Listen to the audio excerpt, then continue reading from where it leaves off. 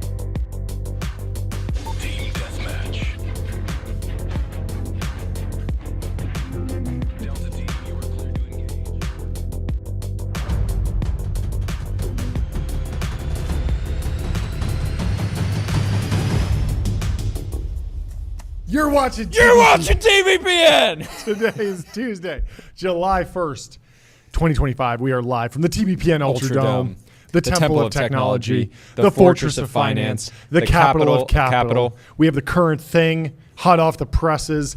It's Siri V2. Apple is making moves. Apple's finally. making moves. They are weighing. They are listening. They're listening. They're weighing using Anthropic or OpenAI to power Siri in a major reversal. Everyone thought they were going to do it in-house. Can you imagine the actual like customer feedback that they get on the Siri product? Yeah. It's like people try to get Siri to do a simple thing, it fails, and they're just hearing somebody swearing or something while they turn it off. I hadn't even thought about that. They It's like, we've heard you loud and clear. At We've scale. heard you loud and clear. Expletives, yeah. You guys are mad. I don't even know if that's something about is it. that really. I feel like the expectations for Siri have also been low because it was introduced a decade ago and it was like the thing that sets the timer and the thing that you ask to get the weather, and that's it. And so people haven't been asking for super intelligence or the ChatGPT like experience, and so Or even a companion. Certainly yeah, not. certainly You not. don't, you don't hear about people falling in love with Siri. It was kind of pitched like that though back in the day. Yeah. It was very much like Siri. We're giving it a human's name because it will be as integrated into your life as a human. And that was the original pitch. And now it's possible, but not possible with the team they have on staff. So they're partnering with Anthropic or OpenAI. Or they're Seems exploring like a bidding war. Bit of a bidding war. Yeah. And Apple allegedly has been balking at some of the prices being thrown out. Okay. I haven't really seen that. Anthropic wants How much? billions a year and ramping up over time. Yeah. What's interesting is that like it could go the other way, right? We're like Anthropic or OpenAI could pay Apple like Google pays Apple. No, right? I If the imagine data's valuable. knowing Tim, Yeah.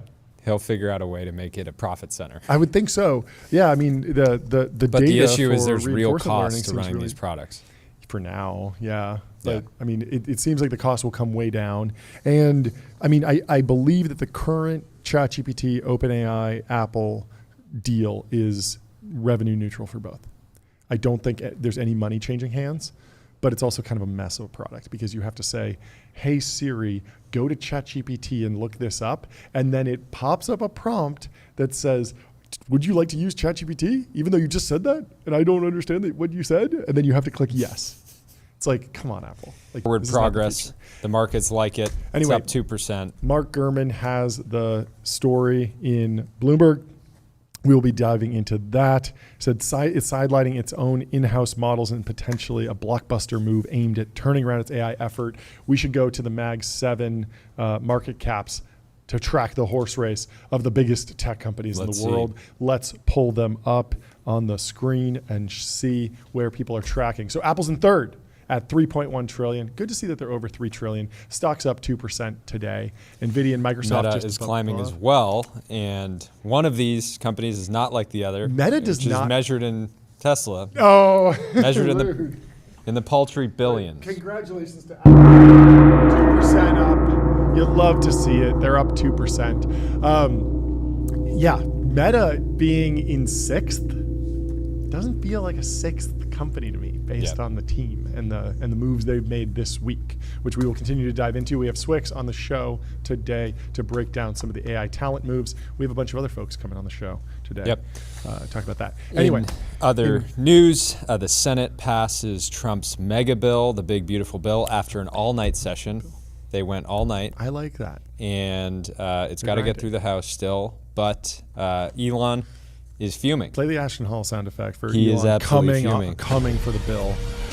It's absolute war on the timeline. The timeline's in turmoil because Elon Musk said anyone who campaigned on the promise of reducing spending but continues to vote on the biggest debt ceiling increase in history will see their face on this poster in the primary next year. Pinocchio mode. Liar. Voted to increase America's debt by It's actually $5 never trillion. been easier to make your enemies look like Pinocchio. Yeah, wait, but I feel like if you put I don't know, I don't even know who voted for it. Let's just say Ted Cruz or something. If you put Ted Cruz's face on here, are you going to lose the Pinocchio-ness? AI will find a way. I feel like it could be a little bit rough. Anyway, Elon's upset. He's trying to start a new party. The America Party. He said Vox Populi, Vox Dei. He wants to start the American Party. And he is pissed because Polymarket is showing that is expecting the reconciliation bill, the big beautiful bill, to pass 70% by July 5th and 62%, 62% by July 4th, and almost certainly by the end of the month. So this will be the one to watch. They're voting, I guess the first vote is tomorrow. Yeah. So we'll be following that. Yeah, it'd be interesting. Lots of pork. But if you're AGI pilled, it doesn't matter. Yeah. We are going to be printing at 10% GDP, folks, in just a few thousand days when superintelligence arrives. These debts we're aren't weeks, matter. if not days away. Many people are saying. And so if you're against this bill, you're just telling yourself about your AGI timelines. You're like, I don't really think superintelligence is coming. Yeah, it is.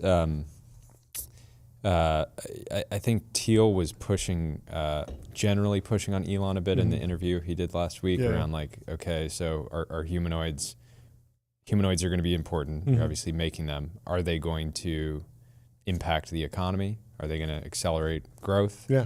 This is the post-1970 stagnation. We've been growing at 2%. Satya Nadella is asking the question of will AI accelerate GDP growth? Because if GDP growth accelerates a lot, it changes the dynamic around everything. Not just this debt, which we've been kind of lightly joking about, but also redistribution. To Elon's credit, he's also said when he initially exited Doge and just stopped being a special employee, he did say the only way out is growth. So he knows this too. Yeah. But I think he can hold both of these ideas, which is we need to grow, but he's also frustrated. The Hegelian dialectic, of course.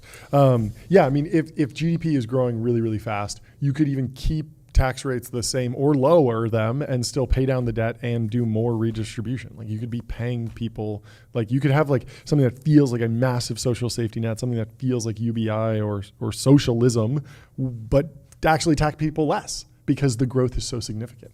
So it all changes when superintelligence arrives. Baby. Maybe Zoran is just so AGI pilled himself. That's true. That he's we're going to have plenty. Plenty to go around. We're going to have such high levels of production that sure the state can just seize a little bit. Alternatively, maybe he's a hardcore Bitcoiner, and so if he wants there to be no billionaires, it is impossible mathematically to be a billionaire in Bitcoin because there's only 21 million of them.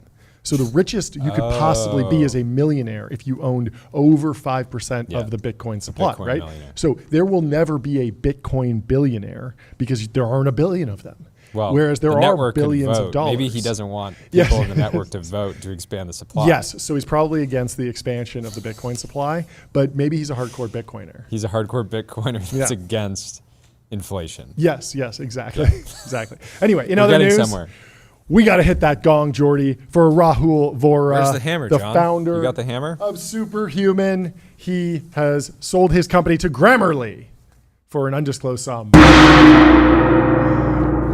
Nothing like hitting the gong for an undisclosed sum. You just don't know Could what's be a million, going on. could be a billion, who knows? But, I've used Superhuman for many years user now. of How many? When Superhuman. did they really get out? Was it like 6 years ago? I think it was been older. I feel like it came on the scene like 2018. I remember I was graduating Yeah. college, and there was this concept that the Thread boys at the time were Yeah. talking about luxury software, Oh, because and the this was idea it, of the idea of charging Paying, $30 for email, a which lot. was just default free. They grew really quickly. Apparently, at the time of this acquisition, they have about 35 million of ARR. Very impressive. Of ARR. Okay, so that's like what, 100,000 users paying, roughly? Something like that? Something like that. Between 100 and 200,000 users paying $30 a month. Yeah. Got it. Pretty cool. I mean, yeah, serious business at 30, Yeah. at 35 mil. You know, if it's run effectively, could have been, you know, kind of a lifestyle business throwing off a couple $1 million in free cash flow. Probably could have Clearly done a lot wanted to more go than that. bigger. Yeah. Yeah. Potentially. way Yeah, more. I'm really interested. We should have the CEO of Grammarly on, because that'd be great. want to understand. So they acquired Coda. Yep. That was surprising. Coda was another company that had a lot of meaningful traction, Yep. a lot of fans. It was a great product, but I don't think it was breaking out, right? It wasn't, on a path to being a public company itself, or or $1 billion Yep. outcome. And then now they're adding Superhuman to the network. I don't see yet exactly how these tools all interconnect, right? Grammarly helps you with grammar in the browser. Superhuman does have some AI functionality. I'm sure, and I know Coda does as well. Unclear to me yet how, if it's like the same user that's going to be using all of these things, if it's truly a productivity suite, Yeah. or it's a basket of. I mean, selling a point solution in the enterprise is hard when you look at the story of Slack versus Teams. Like, Microsoft just has so much dominant distribution there. Actually having someone rip out their productivity suite and say, as a company, we're using Superhuman for email and Grammarly for writing, and this other product for docs, and then not to mention the fact that Notion's running somewhat of a similar playbook with Notion Mail and Notion Docs, and then Google has a similar productivity suite. So I mean, it's a tall order, but will be cool to see how these different products interact, because they're clearly excited about tying them all together in some interesting way. Yep. Very cool. Anyway, you mentioned humanoid robotics, and there's another player. It's not just Elon, it's Jeff Bezos as well. Amazon now has as many robots as employees in its warehouses. So the number Let's of give it up for the hardworking robots. Yes. They Thank haven't you for your striked hard yet. work. They haven't striked yet. The number of Amazon employees per facility over the last 10 years has kind of oscillated from 750, 800 employees per facility, went up to 1,000. Now it's down around 700, down 30% over the last 5 years. That's the post-COVID era. And the packages handled by Amazon end-to-end per employee has skyrocketed over that time from 0 to over 4,000. And so the robots are taking over. They're about to cross their 1 millionth robot deployed in an Amazon warehouse. So congrats to Jeff Bezos. wait Hope to you hit the gong enjoyed the for that. wedding. Yeah, we should hit the gong for that. Maybe the gong sound. Yeah, I effect. saw a post. Somebody, maybe it ended up in the timeline, but Yeah. but I'll say it now. It was like, a lot of people have opinions on Jeff Bezos' wedding. I ordered a phone last night Yeah. at 10 p.m. and I got it this morning. Yep. And I think he should be able to celebrate however he wants. So I'm happy for him and Built a Lauren. huge business. Very helpful. And, This was Kyler yeah, Towns. and Yeah. even looking at like, Amazon puts up over $100 billion a year of profit. Yeah. Let the man have a $50 million a year wedding. A year, not a year. Not a One year. time. Hopefully not a year. Hopefully not a year. He's only done it twice. Some guys get to that stage of life and they just enjoy weddings, right? Yeah. So they just have, Yeah. frequent. There was this narrative around the Turnover. wedding, actually, that he only invited celebrities because, like, Sydney Sweeney went, and everyone was like, "Oh, is he really tight with, like, Sydney Sweeney?" Like, and I was saying, like, look, he invited 200 people. You're seeing Sydney Sweeney because, like, if you're a celebrity, like, paparazzi photographer, you're not taking a picture of, like, RJ Scaringe from Rivian, who Bezos invested in and might have been there. I don't know. Yeah. Or like Andy Jassy, the current CEO of Amazon, probably got the invite, but doesn't get in the paparazzi Also, he's having a photos. party. Yeah. He's having a party. But you're going to invite your boys, your business, yeah, your business I'm sure he did. right? But yeah, the media is obviously the media gonna doesn't care fixate about those. on who are the biggest stars there, Exactly. because they are who drive clicks. But that's why we need to send our paparazzi And to you get know, people photos don't. of Andy people don't- Jassy. That's true. Yeah. That would Andy Jassy spotted, And then it's just dapper in yeah, Venice. and then it's just like Sydney Sweeney off blurry in the left, and it's like everyone's like, "You missed the most important person at the We wedding." did not. No, we didn't. We never Andy missed. Jassy is the most important person at that wedding potentially, if you win. Anyway, in other news, Commonwealth Fusion Systems, a fusion startup, it has struck a deal with Google. Historic news. We've signed a landmark agreement with Google, a multifaceted partnership that dramatically advances our commercial fusion energy mission. Google signed an offtake agreement for 200 megawatts of power from our first ARC power plant. Google is increasing its corporate investment in Commonwealth Fusion Systems. Google has the option to procure power from future ARCs. The deal is a very strong signal that the world wants clean, secure power that Fusion offers. Together, we're catalyzing the fusion market. So there's a couple players in this space, but all the Interesting AI use of companies. hashtags as well, dating themselves a little bit. They maybe have a veteran social media manager on board. Maybe more for like the academic hashtag world. Fusion energy. Hashtag Power moves. Because people are searching that. Didn't Elon ban hashtags recently? But from in ads. Okay, so you can still rip them in hard posts. Anyway, beautiful video. Good luck to them. And if you want to learn more about Commonwealth Fusion Systems, go to hashtag Fusion energy. Stop it. No, this is great. Super exciting. So I mean, this is like the flip side of the Sam Altman Helion deal, where OpenAI and Sam Altman, he's clearly thinking about power being very, very important for the long term. Crusoe has been very important in finding stranded energy, building natural gas plants, and helping scale up Stargate in Abilene, Texas. And Commonwealth Fusion Systems is kind of the other side of that, and they're partnering up with Google. So good to see it. In other news, Microsoft claims that their new AI framework diagnoses 4 times better than doctors. And people are kind of putting this in the truth zone. Says Dr. Dominic Ng, I'm a medical doctor and I actually read the paper. Here's my perspective on why this is both impressive and misleading. There were some interesting things where in the control set, I believe the doctors couldn't use Google. So it wasn't necessarily like a current doctor versus the Microsoft AI system. It was like a doctor just completely Sort of acting like a human GPU. Yeah, just being like completely pen and paper, which isn't really the benchmark that you need to go against, but still impressive. Maybe the 4X is a little overstated. Because but the average it's still doctor in the United States, when they're sitting with a patient, is Googling. They have Google.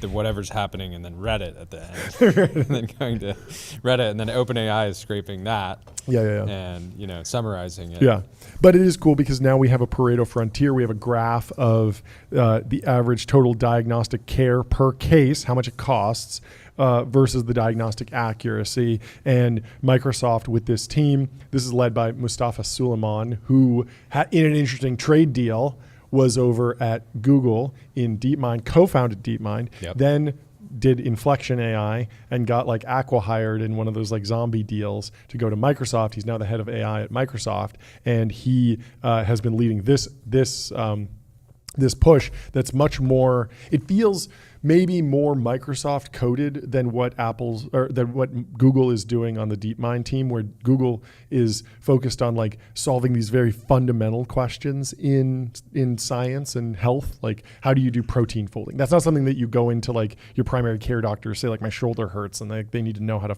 fold proteins, right? But if you go into your doctor and you say my shoulder hurts, like having an AI tool, basically like a great fine-tuned chatbot that's HIPAA compliant and works within the Microsoft Teams ecosystem to pull the patient records in appropriately, fine-tune on the right data, and then suggest a bunch of things that the human doctor can then go investigate. That's super valuable, and that feels like something that Microsoft is equipped to roll out to the network of doctors and clinicians that probably are already on Microsoft tool sets and Microsoft stacks. So good stuff from Microsoft.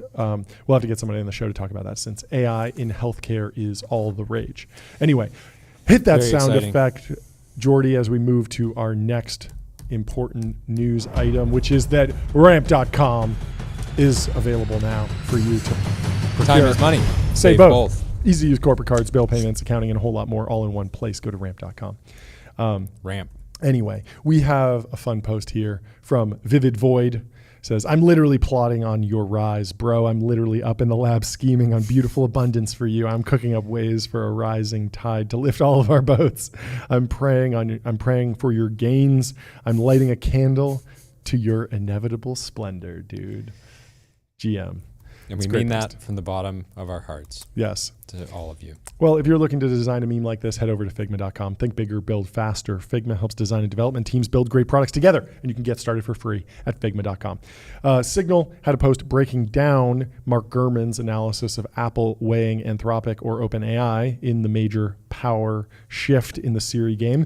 Signal says, absolutely astonishing. Apple used to own the full stack, silicon to software to services. Now they're outsourcing the one layer that will define the next decade of computing. It's a metaphysical betrayal of their own DNA. Anthropic and OpenAI don't need Apple, but Apple desperately needs one of them. This puts Apple under the models it's integrating. Wild reversal. Whoever they choose, they now owe existential dependency to. And finally, if consumers realize Siri does not equal Apple anymore, that it's powered by OpenAI or Anthropic, then what exactly is Apple's IP? Thin shell over someone else's mind? That kills the aura of vertical magic. Do you agree? It's exciting. It's certainly exciting. It's exciting. I would push back and say OpenAI and Anthropic don't need Apple. I would say that OpenAI, sure, they don't need Apple, but integrating deeply at the hardware layer is going to be important. Otherwise, they wouldn't buy Johnny Ive's Love From. They wouldn't spend billions of dollars trying to develop their own hardware device. Obviously, they're trying to figure out what's after phones or what could complement phones. But ultimately, I think it is for both companies, extremely important relationship in the context of consumer, right? Is this going to impact Anthropic's code gen business? No. But will this? It might. It might, in the sense that if I'm asking Siri to do tasks that require writing code and the models are generating more code, that's more training data. Right? Like that example of I took a photo of Pat McAfee. I took a screenshot from the Pat McAfee show and asked, how tall is his desk? And ChatGPT 303 wrote 1,000 lines of Python to go through and calculate how tall that desk was. And then I was able to say, basically by thumbs up or thumbs down or asking another question, I was able to give it human feedback on whether or not that code path was the accurate, if it got me the answer I wanted. And if I walk away from that, that's a signal. If I ask another question, that's a signal. If I give it a thumbs up or a thumbs down, that's another signal. And so there actually is a world where if you need to test a ton of different real world code generation tasks and is the code that you're writing actually useful to the consumer, the average consumer, the person who's just asking Siri for random stuff, maybe that is valuable. And so I don't know. I'm still curious as to maybe, but what is the flow of value accrual here? At the same time, obviously, are they going to get better, more valuable data from just having tens of thousands or hundreds of thousands of developers building on Claude code daily? The other thing is what's completely unclear so far is, will consumers just be talking to Siri and it's still the relationship, just like Siri might be running on some cloud somewhere? Consumers aren't saying, well, Siri's not Apple because it's not their own servers. Well, Apple does push on that point very precisely because they say around privacy. They say, yes, when you use our models, it is on our cloud and it is super private and it is on device. And but they can still partner with an OpenAI or an Anthropic and figure out how to deliver that same value prop. It seemed like a lot of the privacy narrative at Apple was about control of the ecosystem and the ability to really push on the Apple tax and justify it, right? And maintain that leverage. I don't know. It's interesting. And also remember, Siri was an acquisition. Consumers didn't have an issue with that, saying, "Oh, this isn't Apple code. This isn't homegrown. This isn't farm to table. This isn't handmade." Can you imagine if consumers cared about that? It's like, this was technically an acqui-hire, not an acquisition. Oh no, I don't want to wear Beats. The earn-out structure wasn't to my liking. Like only one board seat changed hands. I wanted 3 board seats in the acquisition. No. Yeah, it was telling though that Prakash here has a post. Claude gave Tim Cook sticker shock. I was referring to this earlier in the show. Yes. Anthropic have asked Apple for a multi-billion-dollar annual fee that increases sharply each year. Very acceleration pilled. Yes. Anthropic. Yes. So ultimately, I think that feels like, Apple having a cost center that can scale exponentially with usage is not going to be something they're super excited about, because at the same point in time, they're trying to show we are this ecosystem of software products. Yes, hardware is important, but really, we're growing services revenue.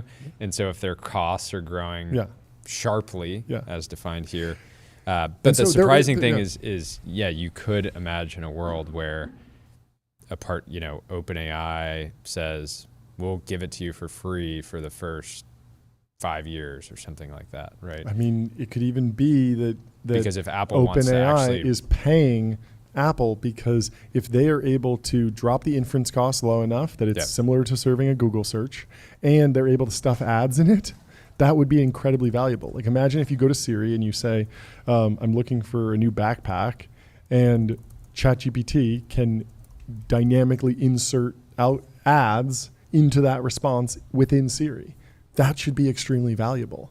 And so that's the current structure that Google has. That's the current arrangement that Google has.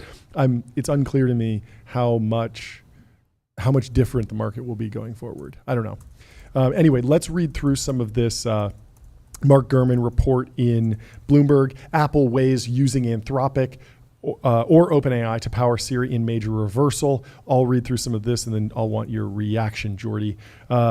Apple is considering using artificial intelligence technology from Anthropic, BPC, or OpenAI to power a new version of Siri, sidelining its own in-house models in a potentially blockbuster move aimed at turning around its failing AI effort.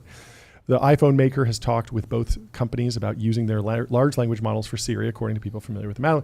It asked them to retrain versions of their models that could run on Apple's cloud infrastructure for testing, who asked not to be identified discussing private deliberations. Interesting. So, I mean, I don't know that if Apple's cloud infrastructure has a lot of H200s and is ready. I mean, they certainly could not serve 4.5, like a truly large model like Another $100 billion customer for Jensen.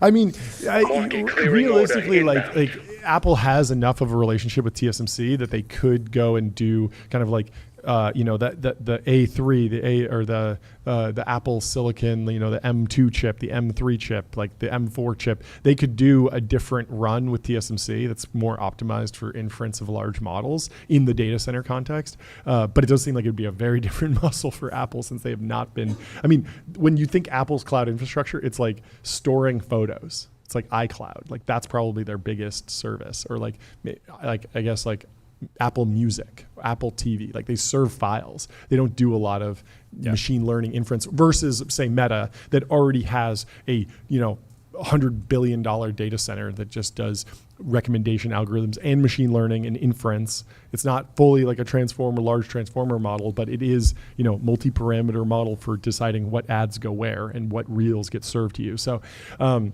it would definitely be a new overtime to serve you the perfect reel right now. For sure. And Apple just doesn't have that scaled GPU cluster that I'm aware of. So they'll have to call up Dylan Patel and some folks to get it done. Call up Jensen, maybe. Who knows? If Apple ultimately moves forward, it would represent a monumental reversal. The company currently powers most of its AI features with homegrown technology it calls Apple Foundation models, and had been planning a new version of its voice assistant that runs on that technology for 2026. But it seems like they're backtracking. Switch to Claude or ChatGPT models for Siri would be an acknowledgement that the company is struggling to compete in generative AI, the most important new technology in decades. Apple already allows ChatGPT to answer web-based search queries in Siri, but the assistant itself is powered by Apple. Apple's investigation into third-party models is at an early stage, and the company hasn't made a final decision on using them. Marking a change, which is under discussion for next year, could allow Cupertino-based Apple to offer Siri features on par with AI assistants on Android phones, which you don't hear about that much. I see the Gemini demos on. Your friends that use Android phones don't talk about how they're the Lone Ranger's on Android.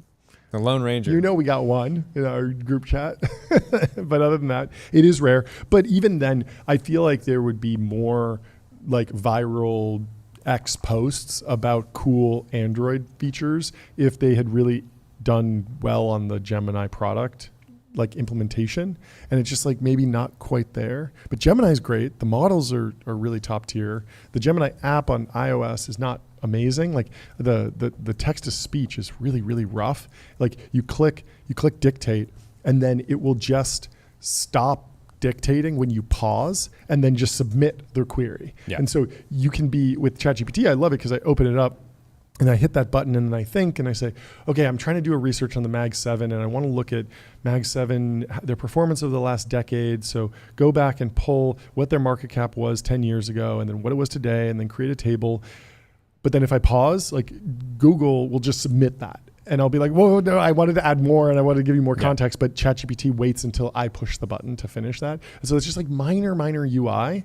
Yep. But that's more important to me than like, does it have 150 on MMLU versus 149? Like I care more about the UX of like, did I just waste 10 minutes by sending like a query that isn't complete and I know I'm going to get a bad answer on? Yeah. And so I don't know, but again, Android's clearly ahead of Siri here, so it's not even a competition.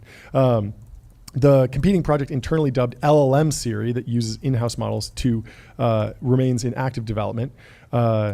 So representatives for Apple declined to comment. Shares closed up over 2% after Bloomberg reported on the deliberations. So Wall Street clearly likes the idea of one of these deals getting done, but very big question as to the structure of those deals. And I keep triggering Siri because I'm talking about it on my phone. It keeps popping up. Fantastic. Incredible. The project to evaluate external models was started by Siri chief Mike Rockwell and software engineering lead Craig Federighi. They were given oversight of Siri after the duties were removed from the command of John Giandrea, the company's AI chief. This was a spicy little trade deal going on over there. Giandrea, Federighi. A spicy meatball over at Apple. In Cupertino. He was sidelined in the wake of a tepid response to Apple Intelligence and Siri's feature delays. Rockwell, who previously launched the Vision Pro headset, assumed the Siri engineering role in March. After taking over, he instructed his new group to assess whether Siri would do a better job handling queries using Apple's AI models or third-party technology, including Claude, ChatGPT, and Google's Gemini. Interesting. After multiple rounds of testing, Rockwell and other executives concluded that Anthropic's technology is most promising for Siri's needs. That led Adrian Perica, the company's vice president of corporate development, to start discussions with Anthropic about using Claude. What's interesting is that SSI, not in the conversation here yet. Thinking Machines, not in the conversation yet. And when you think about Thinking Machines, that recent information article about Mira Murati wanting to do fine-tuning RL for businesses, it's like there's very few bigger businesses than Apple. That's a pretty good client to go win. Yeah. And so if you have a foundation model, you have to assume she's raised, $2 billion? So she can do just a pre-seed, yeah. The pre-seed. It could be a thing. Apple doesn't really work with a lot of pre-seed companies. Yeah. They're like, call us when you're like Series C. I'm sorry, I can't bet my career on a pre-seed, company, but call us if you can get a seed round done. yeah.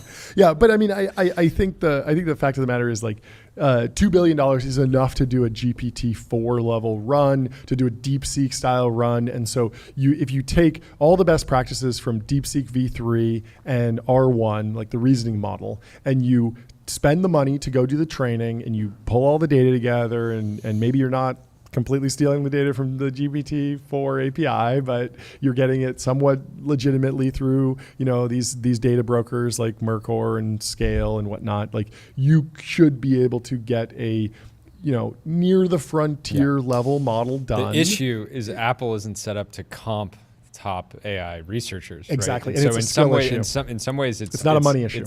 They're not willing to spend the money to put together to say, hey, we're getting kind of cooked in AI. Yep. We should spend $5 billion like Zak just did to put together, an incredible team. Yep. But they'll have to pay for it by, it sounds like they may end up paying annually to get access to the technology that those types of teams It's crazy. built. Yeah. And so you got to pay for it somewhere. It's the CapEx OpEx switcheroo.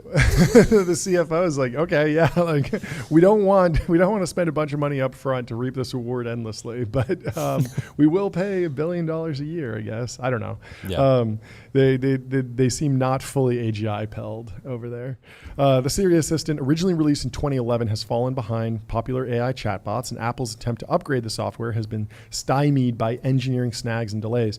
A year ago, Apple unveiled new Siri capabilities, including ones that would let it tap into users' personal data and analyze on-screen content to better fulfill queries. I do wonder if Apple is thinking about thinking machines. You have to imagine that Zuck is thinking about buying the company, right? Sure, they talked. It's only a couple $2 billion, and by all accounts, I think to be honest, it sounds like Zuck had offered somewhere around the last private market valuation for SSI. Yep. And he probably, even though all the investors had a 1x pref, Yep. right? He probably needed to do that to get Yeah. at least the early investors comfortable with it.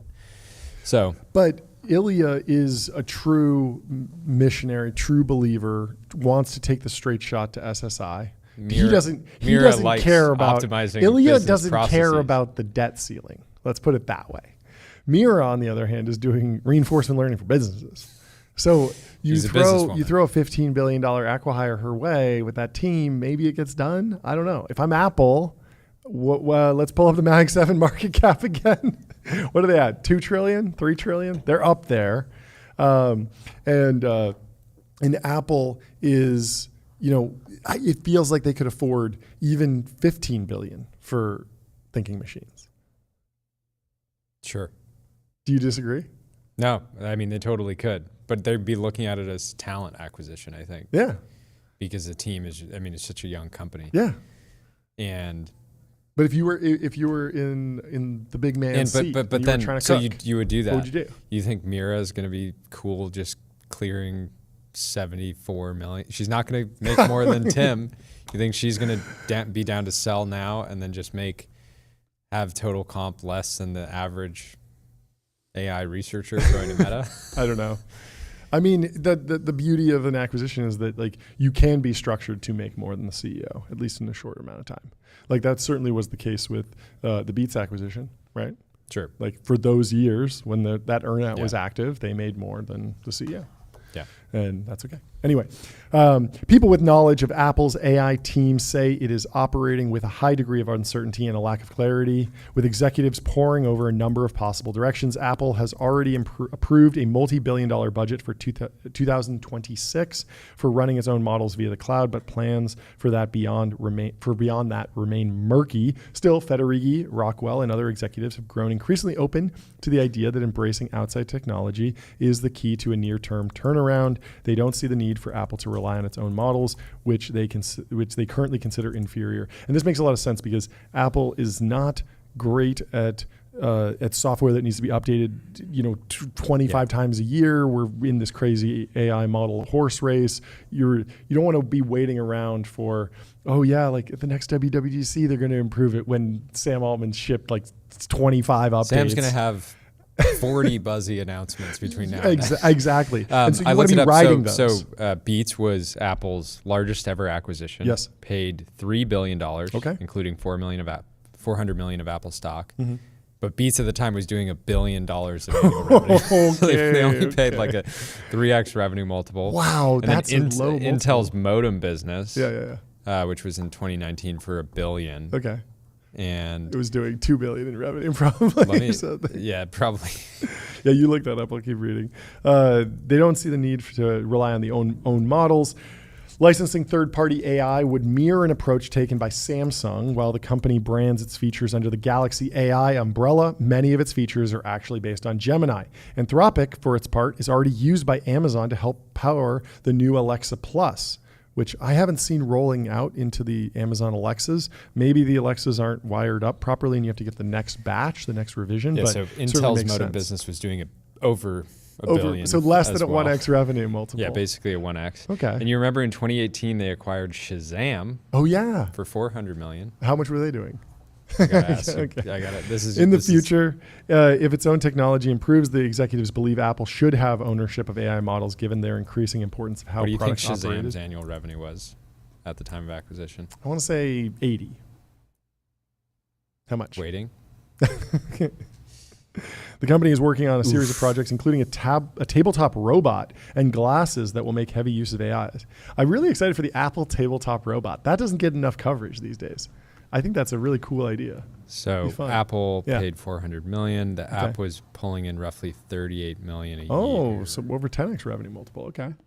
So, anyways, not a long history of making massive acqui-hires. Yeah. Actually, no history at all. Well, whatever Apple's planning, they got to do it on Linear. Linear is a purpose-built tool for planning and building products, meet the system for modern software development, streamline issues, projects, and product roadmaps. If Apple wants to be more like OpenAI, Yes. one way they could do that is by getting on Linear. Yeah, Because they could. OpenAI uses Linear. Oh, here we go. We get to thingy machines. Apple has also recently considered acquiring Perplexity in order to help bolster its AI work. It also briefly held discussions with Thinking Machines Lab, the AI startup founded by former OpenAI Chief Technology Officer Mira Murati. But nothing really more than that in the story. Apple's models are developed by a roughly 100-person team, maybe too big. Who knows? Maybe 50. It's a lot of pizzas. A lot of pizzas. Run by Ruming Pang, an Apple distinguished engineer who joined from Google in 2021 to lead this work. He reports to Daphne Luong, a senior director in charge of AI research. Luong is one of Giandrea's top lieutenants, and the foundation models team is one of the few significant AI groups still reporting to Giandrea. Even in that area, Federighi and Rockwell have taken a larger role. Regardless of the path it takes, the proposed shift has weighed on the team, which has some of the AI industry's most in-demand talent. Some members have signaled internally that they are unhappy the company is considering technology from a third party, creating the perception that they are to blame, at least partially, for the company's AI shortcomings. They have said that they could leave for multi-million-dollar packages being floated by Meta Platforms and OpenAI. Yeah, if you are a great AI researcher, the idea of being responsible for just integrating the work of OpenAI or Anthropic is going to be much less exciting than trying to build frontier models. Totally. And also, like, I don't know, just in terms of missionary work, like the idea of building like the most advanced God that you can talk to in this crazy AI, like that is exciting. But there's also something that's like, I think potentially like a really strong missionary pitch for you're going to build models that are used at massive scale by every iPhone user, and you can actually, surprise and delight the customer to the tune of hundreds of millions of people. Like I think that is actually like pretty laudable work, and very, even very going cool. to work at super intelligence at Facebook, or at Meta, knowing that your work will be integrated into the Meta Ray-Bans, and you're going to have like a Cluely like experience. Cool. Yeah. Just very cool. Wearing glasses, like that is a cool. That is like a new dimension that you can build on. I remember the initial Siri build out. They did a bunch of magical things. Like you could say like, Siri, tell me a joke, and it would come up with these like funny zingers that were like tuned to Apple's brand, but still actually pretty funny. And they hired comedy writers to work on it. And so like, I think that there still is a world where you develop the model, you own it, and you're doing the foundational like serious AI research, but you're still productizing it in the Apple way, creating something special.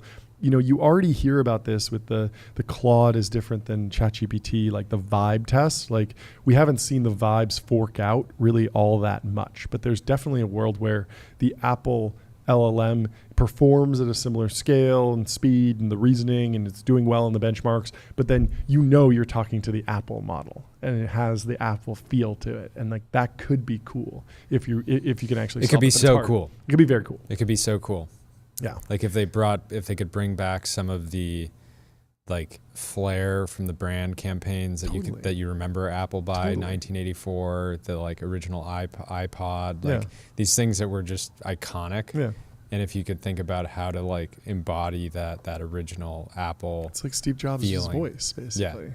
Yeah. Bicycle for the mind, and like encouraging that wonder. I keep going back to that idea of like, what would Steve Jobs have thought about vibe coding, and it's like he would have loved it. He loved GarageBand. He loved giving everyone the tools to be an artist. Everyone's a musician. Everyone's a programmer. Like these things, this giving someone the ability to do really, really interesting things with Siri. Awesome. I think it's very, very on brand for Apple. Anyway, let me tell you about Vanta. Automate compliance, manage risk, improve trust continuously. Vanta's trust management platform takes the manual work out of your security and compliance process and replaces it with continuous automation, whether you're pursuing your first framework or managing a complex program. Anyway, head over to vanta.com and tell them the Technology Brothers sent you. There are some more trade deals in this report in Bloomberg. One of Apple's most senior large language model researchers, Tom Gunter, left last week. He had worked at Apple for about 8 years, and some colleagues see him as difficult to replace given his unique skill set and the willingness of Apple's competitors to pay exponentially more for talent. That's what I'm saying. Apple this month also nearly lost the team behind MLX, its key open source system for developing machine learning models on the latest Apple chips. After the engineers threatened to leave, Apple made counteroffers to retain them, and they're staying for now. That's dramatic. Wow. In his discussions with both Anthropic and OpenAI, the iPhone maker requested a custom version that could run on Apple's private cloud compute. Apple's such an interesting culture because it's counter to a lot of other cultures in tech that are like, oh, I might work at Meta for 5 years and then go to Google for a few years and then dabble at a startup and then go back to Meta. And Apple, you see more of the somebody who's been there for 15 years. Yeah. But then at a certain point, even if you've been there a long time, you're looking around and you're saying people with my exact same skill set are making 5-10 times. Yeah. This article highlights that the Meta pay packages have been between 10 and 40 million annually. And I would trust German more on that. That feels more realistic than what the New York Times had been saying about $100 million signing bonuses and all that good stuff. Well, the source is not conflicted at all. The guy that hates the fact that these pay packages exist is quoting them. Yeah. It's so funny to source a podcast between two brothers doing psyops. It's like, come on, New York Times. Step it up. The company has already internally tested the idea of running these LLMs, other companies' models on their own Apple-controlled cloud services. Obviously, that's very important for the data privacy narrative. Other Apple intelligence features are powered by AI models that reside in consumers' devices. These models, slower and less powerful than cloud-based versions, are used for tasks like summarizing short emails and creating Genmojis. Let's hear it for Genmoji. Underrated. Just bake down Ghibli. Have it be a filter in the iPhone app. Boom, you're done. Like, you have a banger product there. Something like that. Just you can go in and make any photo in your camera roll black and white. You can make it Hollywood, teal and orange. You can make it, super moody or super cool or super warm. Like, you can adjust the contrast and the color temperature. Turn it into a cartoon. People will love that. Yep. Everyone will be using that. Apple is opening up the on-device models to third-party developers later this year, letting app makers create AI features based on its technology. Very excited for that. Very bullish for Apple on that. Amazing. Yeah, which is why the fact that they almost lost the team working on that entirely. Rough. They need that team badly. Would have been crazy. Because if that product stagnates. I saw a founder, I forget their name, posting, hearing that, the team that you're he was building a product based on MLX. Mm-hmm. And then he heard the MLX team almost left. He was freaking out. He was like, whoa. Oh, no. It's rough. So last year, OpenAI offered to train on-device models for Apple, but the iPhone maker was not interested. They said, we got it handled.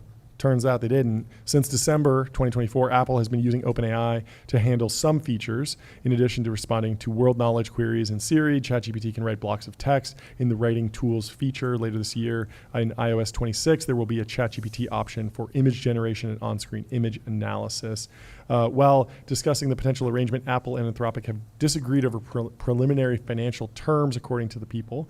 The AI startup is seeking a multi-billion-dollar annual fee that increases sharply each year. The struggle to reach a deal has left Apple contemplating working with OpenAI or others if it moves forward with a third-party plan. They said if Apple does it's so strike an interesting. agreement, You can imagine OpenAI being more willing to strike some type of deal because they want to be effectively the next Google, right? In terms of this dominant consumer internet company.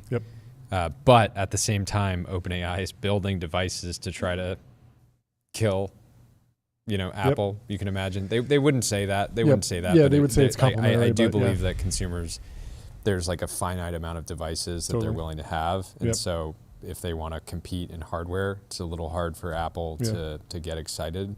Although they partner with Google, and Google has. I have been surprised by the number of devices that people carry. I mean, like, I'd say like a decent chunk of San Francisco tech people carry AirPods, an iPhone, an Apple Watch, and an Apple laptop basically everywhere they go. That's 4 devices. That's like a lot. And then maybe a VR headset eventually. Well, if they do wind up buying a device, they got to pay sales tax. They got to get a numeral HQ sales tax on autopilot. Spend less than 5 minutes per month on sales tax compliance. Anyway, in other news, John Mew, the inventor of mewing, has passed away at 96 in his castle. Rest in peace to John Mew. In his castle. Professor John Mew, visionary orthodontist and founder of Orthotropics, passed away peacefully in June 2025 at the age of 96 in his castle, a pioneering figure in the facial growth and development. John Mew challenged the status quo of traditional orthodontics, arguing that environment, posture, and function, not genetics alone, shaped the face. His philosophy, Orthotropics, aimed not only to straighten the teeth, but help promote healthy jaws, open airways, and confident faces. Though his work was often met with fierce resistance from the establishment, John stood firm in his convictions, driven by a lifelong commitment to prevention, integrity in science, and giving every child a fair chance at full facial development. Today, his legacy lives on through the work of his son. John Mew will be remembered not only as a clinician, but as a courageous truth seeker who dared to ask better questions and never stopped looking for better answers.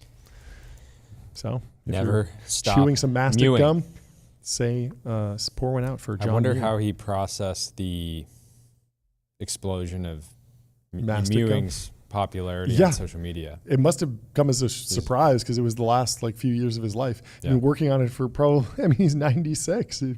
And somebody probably printed out a tweet for him and said, look, some trad influencer has gotten 10,000 likes on your work and 1 million views. Anyway, we have some trade deal news. Ring that gong, Jordy. Mary D'Onofrio has joined Crosslink Capital as a partner and a leader of the firm's crossover strategy. She will be focusing Series B+ venture investments across software categories. Fortune magazine has the story. She was a longtime Bessemer investor, and now she's heading over to Crosslink Capital to cross over into private growth equity deals. So congratulations to Mary D'Onofrio. In other news, Mira Murati's Thinking Machines is offering top dollar to technical talent, much higher base salaries than Anthropic and OpenAI. Thinking Machines will give you $500K. Anthropic, how about a safe $400K? OpenAI, best we can do is $300K. No wonder everyone's jumping ship. I think we're looking at 2 different things here. This is not necessarily for the top researchers who are these star athletes. This is maybe more for just the general folks who are joining as software engineers and developers and kind of members of technical staff. But it is interesting to see that Mira is offering getting aggressive and offering generous pay packages because there's obviously a lot of work and it's a very small team. And even though Thinking Machines has some great AI researchers on board, they got to have some folks to chop wood. And now that Mira is in the business of selling to businesses, B2B, fine-tuning, reinforcement learning for businesses to drive profit, she's got to get Thinking Machines on ADIO. Customer Relationship Magic. ADIO is the AI native CRM that builds, scales, and grows your company to the next level. You can get started for free. ADIO.com/TBPN. You can try it out for free on us. So the 462.5K average salary Thinking Machines Lab offered for technical hires is considerably higher than more established language model competitors Marathi is aiming to compete with. So the competition in AI talent rages on. We will be joined by Swyx in just a few minutes to discuss the AI talent wars in more detail. Aidan McLaughlin, who's been on the show, says posts the survivorship bias photo of the plane with the red dots.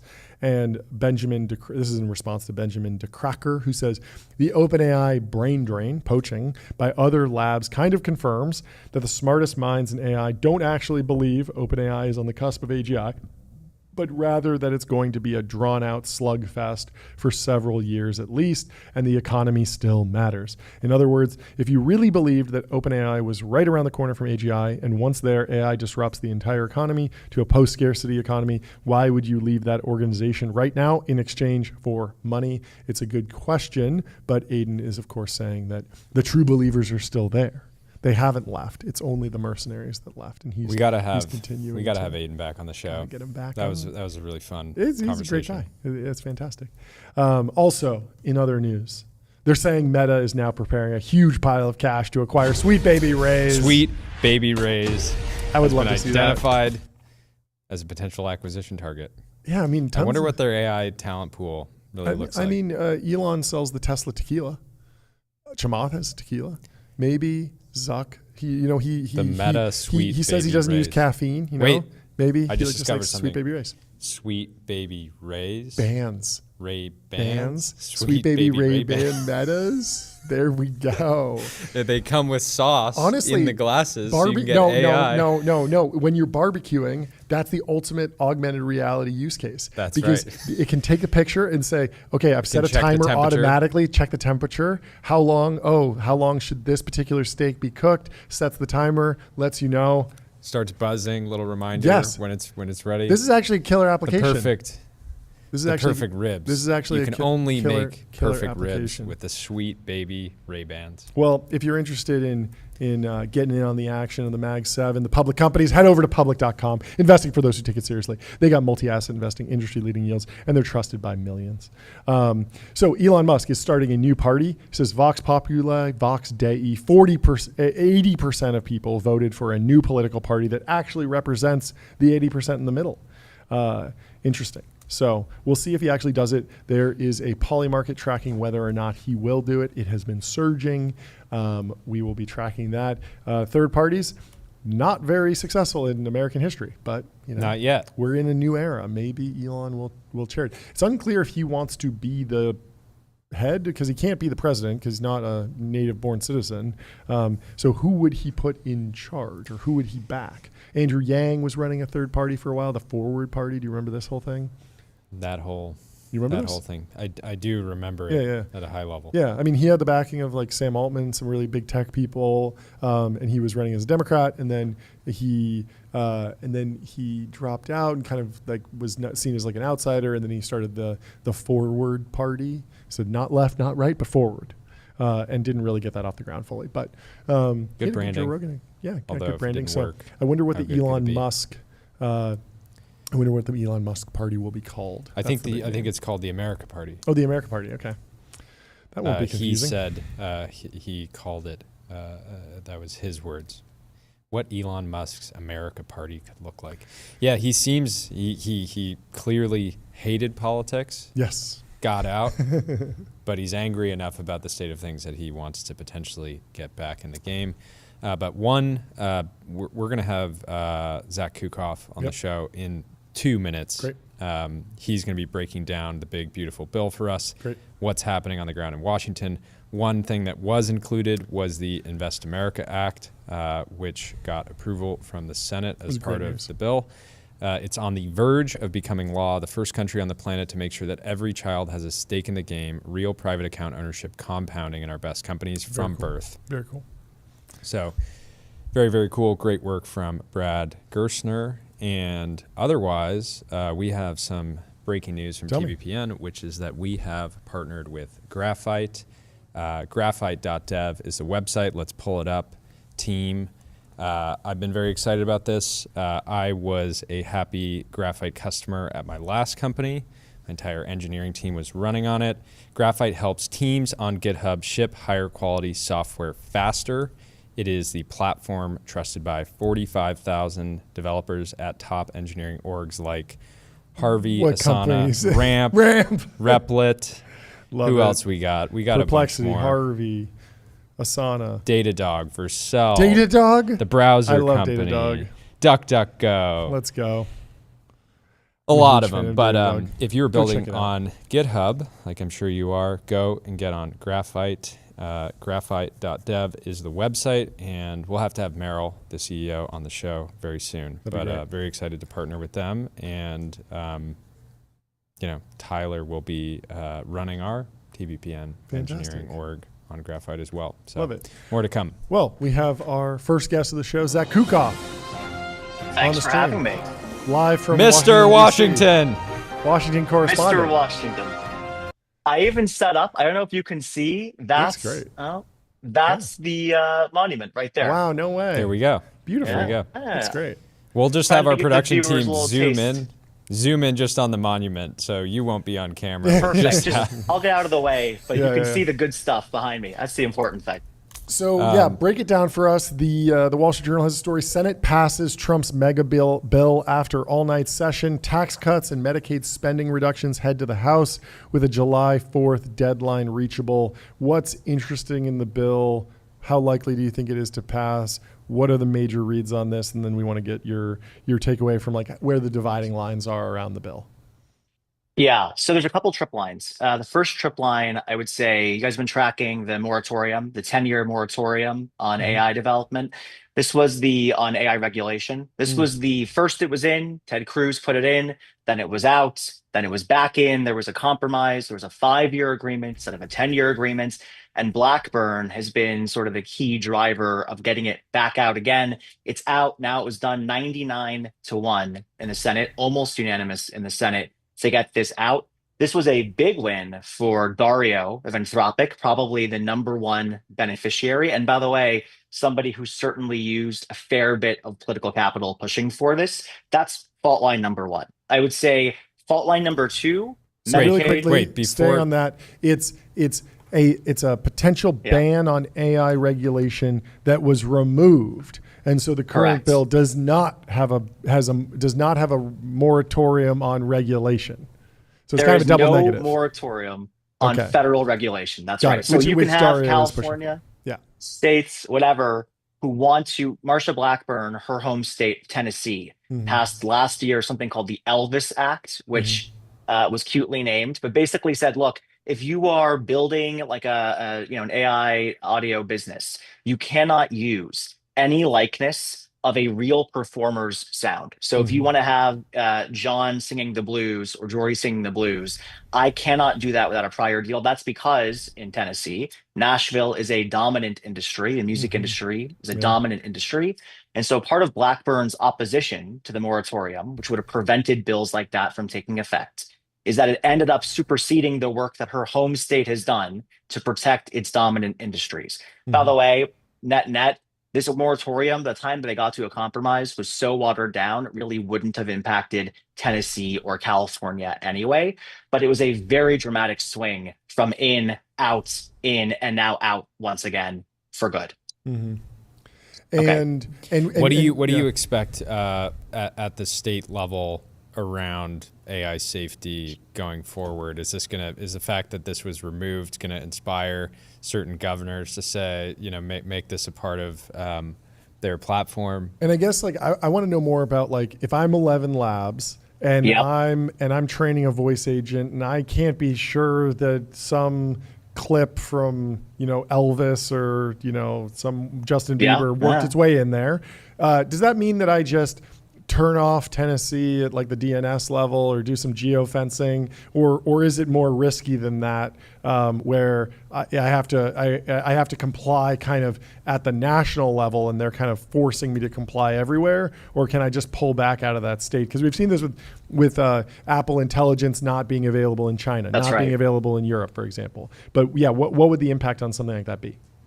Well, think about states in two categories, right? There are some states that are so large. And by the way, the analog that I would think about here is what happens in the textbook market. So if you're a textbook publisher and you want to write some textbook about biology or whatever, if the largest states in the country, this is category one, pass a law mandating something needs to be in a textbook, suddenly you're going to comply nationally because they are so large, they warp the market. Exactly. You have to.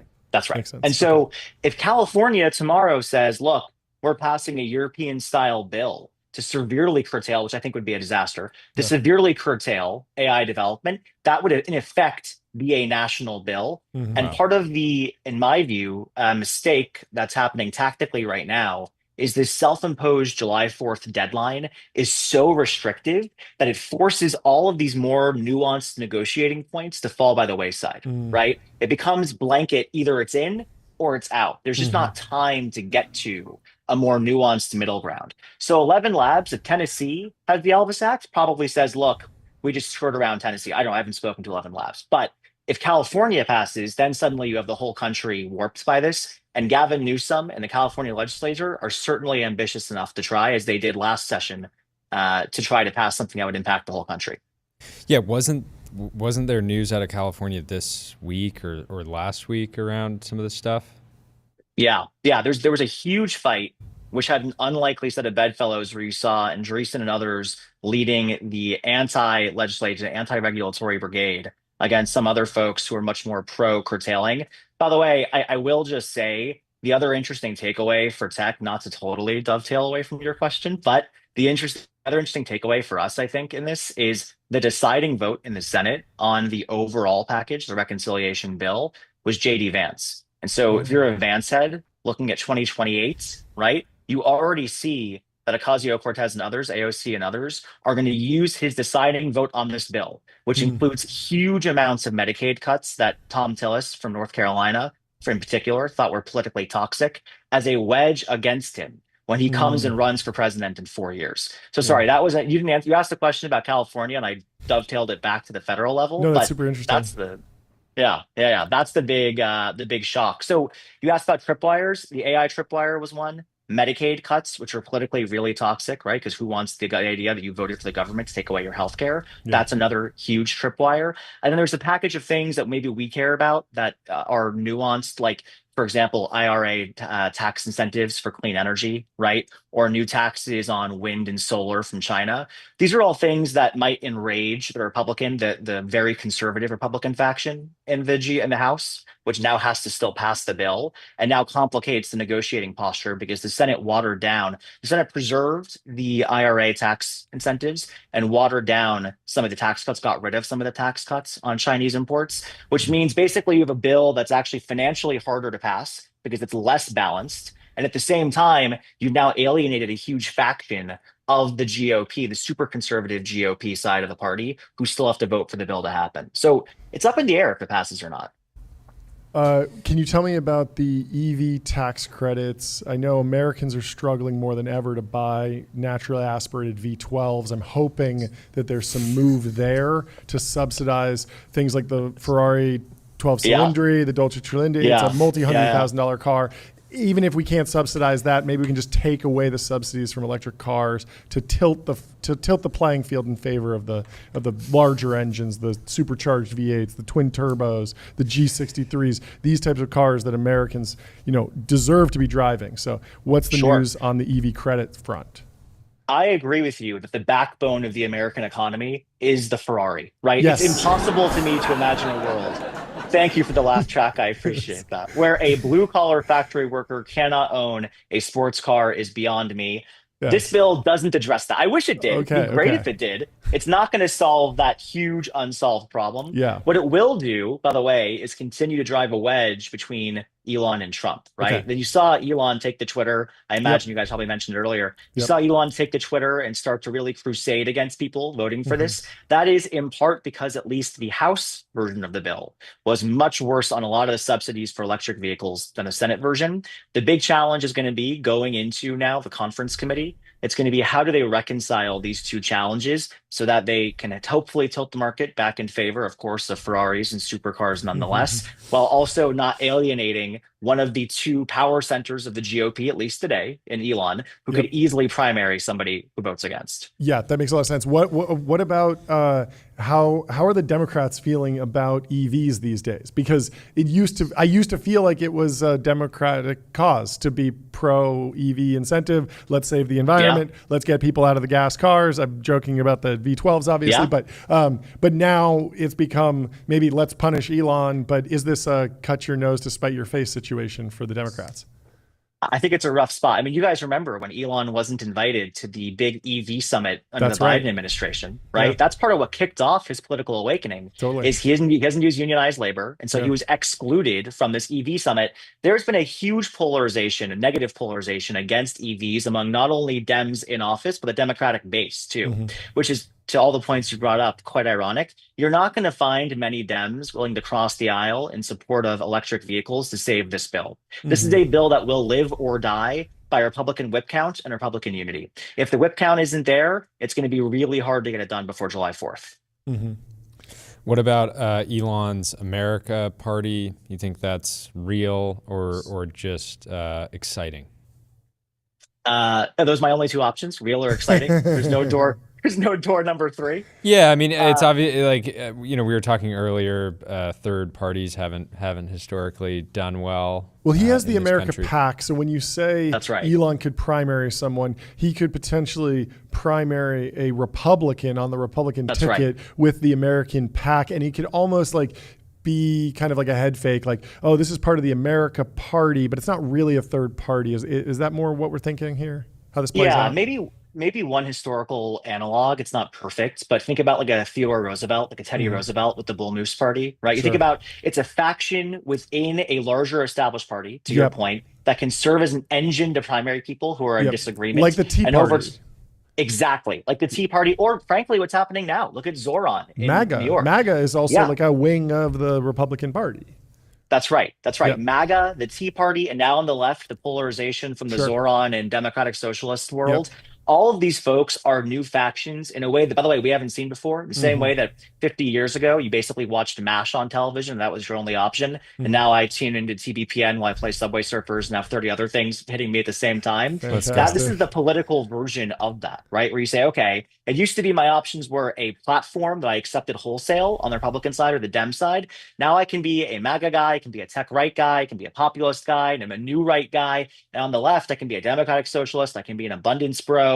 I have an infinite menu of things. The America Party is more likely, if it sticks, one more menu on the side of the right. Sure. That makes a lot of sense. What time? What do you expect out of the next 24 hours?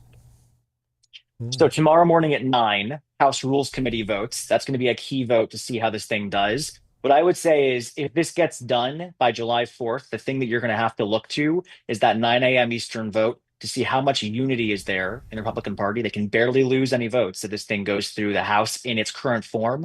But I think it's unlikely that it's going to happen immediately. It'll happen. This will get passed. But on their timeline, I don't know. In the next 24 hours, if you see more senators like Murkowski from Alaska who are saying things like the bill is flawed, please send it back to the Senate so we can work on it again, that's a key indicator this thing may not have the legs it needs the next couple of days.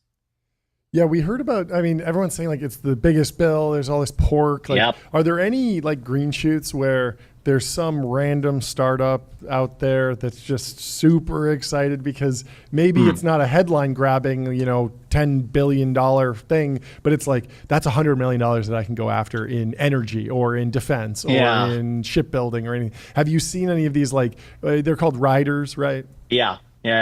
It's a good question. Biden was famous for stacking a lot of these. Like the Inflation Reduction Act had a million ways you could go participate. This one's got fewer. I'll say one funny piece of pork and I'll say one actual opportunity. The real opportunity, I would say, is for fintech folks who are looking at the Trump accounts, right? Which is negative, giving huge amounts of new Americans who are underbanked or not banked before access to capital for the first time. If I'm Robinhood, I am loving. That's a big change for me. Funniest piece of pork in the bill, Murkowski, who is the key holdout in the Senate from Alaska, got a tax exemption for Native Alaskan whalers. She said basically Native Alaskan whalers need to be Yeah, that was I love honestly them. big delivery for It's great. her constituency of people who kill whales in Let's give Alaska, it I up. suppose.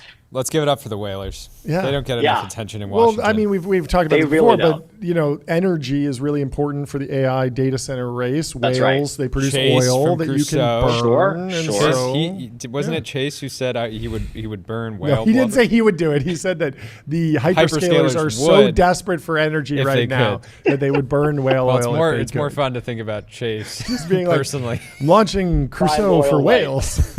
Yeah, Crusoe that's blubber. right. Well, VCs are the new whalers. Yes. They really and are. the old whalers. And the old Right. whalers, that's true. Zach, Yes. this was so much fun. This is great. We'll have to have you call in tomorrow or Thursday. Yeah, when there's more news. Please, and, I'll be around. It's my first wedding anniversary, so I'll be around. Oh, Of course, congratulations. plenty of time to call in. Thank you very much. I Fantastic. appreciate Incredible. it. Incredible. We'll talk to you All soon. right, thanks Cheers. for having me, boys. See you soon. Yeah. Bye. Up next, we're going back to the AI talent wars, talking trade deals, talking $100 million offers with Shawn Swyx. How are you doing? There he is Welcome with the to suit. stream. With the With the suit. suit. Looking Oh, nice to fantastic. see that. You wore a suit last time, and we didn't give you enough credit because you were at your own conference, Yeah. the AI World but Fair. this is a and sign I of- would just this is a sign of respect. great respect This in is a our great culture, respect. so So thank thank you, you. thank you. And it's always great to catch up with you. How did you process the news over the weekend? What jumped out at you? I saw a couple of your posts. You were breaking it down, but how would you tell the story? How big is this for Meta? How bad is this for OpenAI? How are you feeling about the trade deals that we've seen break loose over the last few days?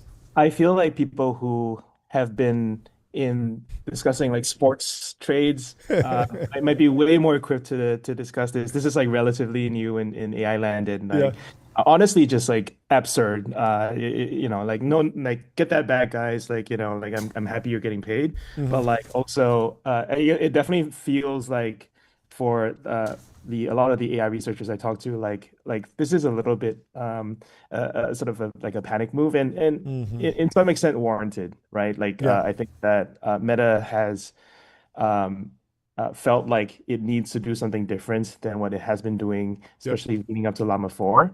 And this is different. This is very, very different. This is something that only Zak can do.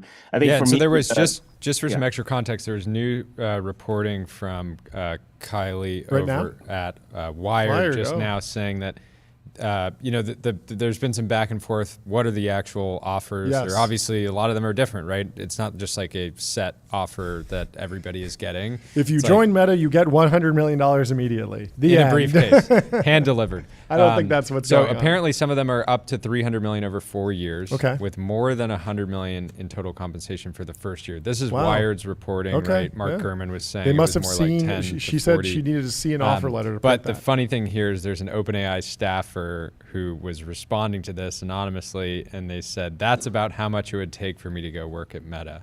So shots fired. Wow.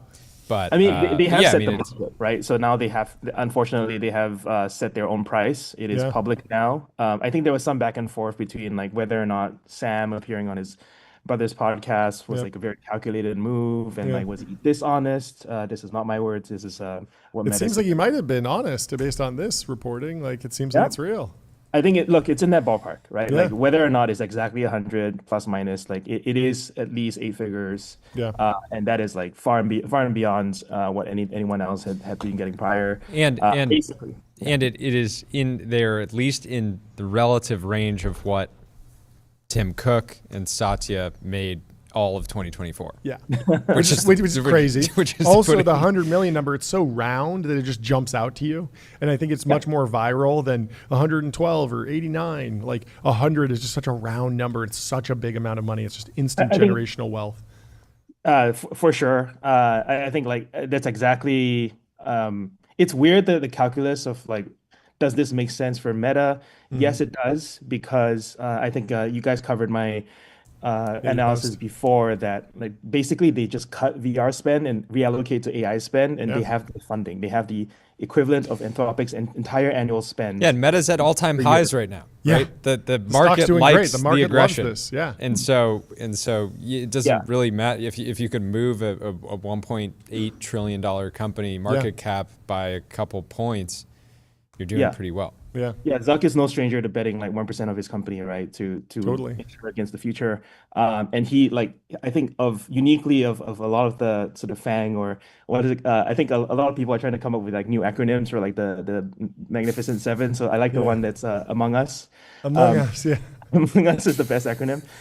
There have been some wild acronyms flying around. When you're talking about Like Zuck is uniquely empowered as like Totally. a founder mode of the trillion-dollar companies to actually do this. And it's really amazing the leaders he's hired and the people that he's managed to hire.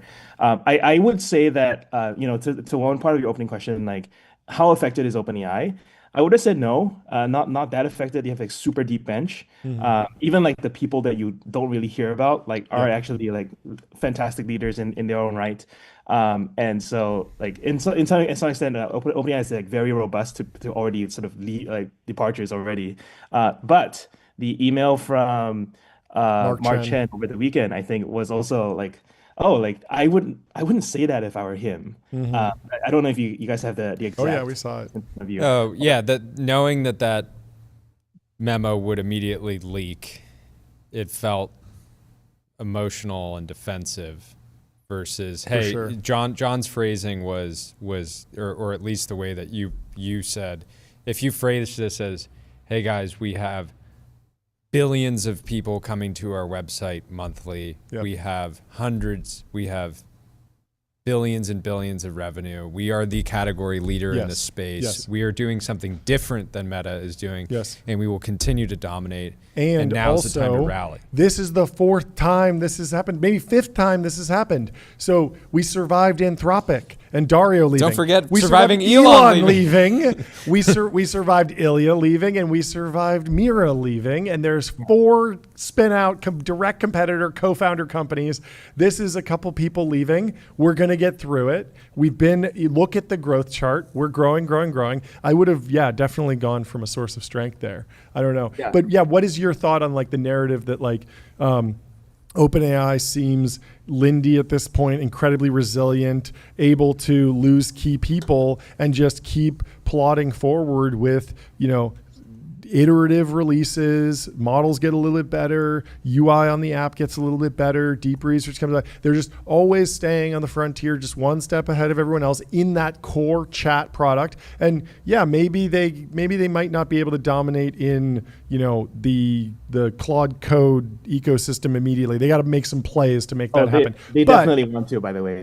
They want to, yeah, for sure. But in terms of the core thing that's clearly dominant and huge and like game changing and profitable, like they're doing great, and they should kind of they should lead from a source of strength there because they've been through so much and continue to deliver on that front. And this doesn't seem like a cause for like the narrative around this leaving is that okay, Meta's going to catch up to a frontier LLM, a reasoning model. They're going to have great image generation, but does anyone think that in 3 years' time, people's home screens are going to switch from ChatGPT to Meta Chat? No, I don't think so. But what about you?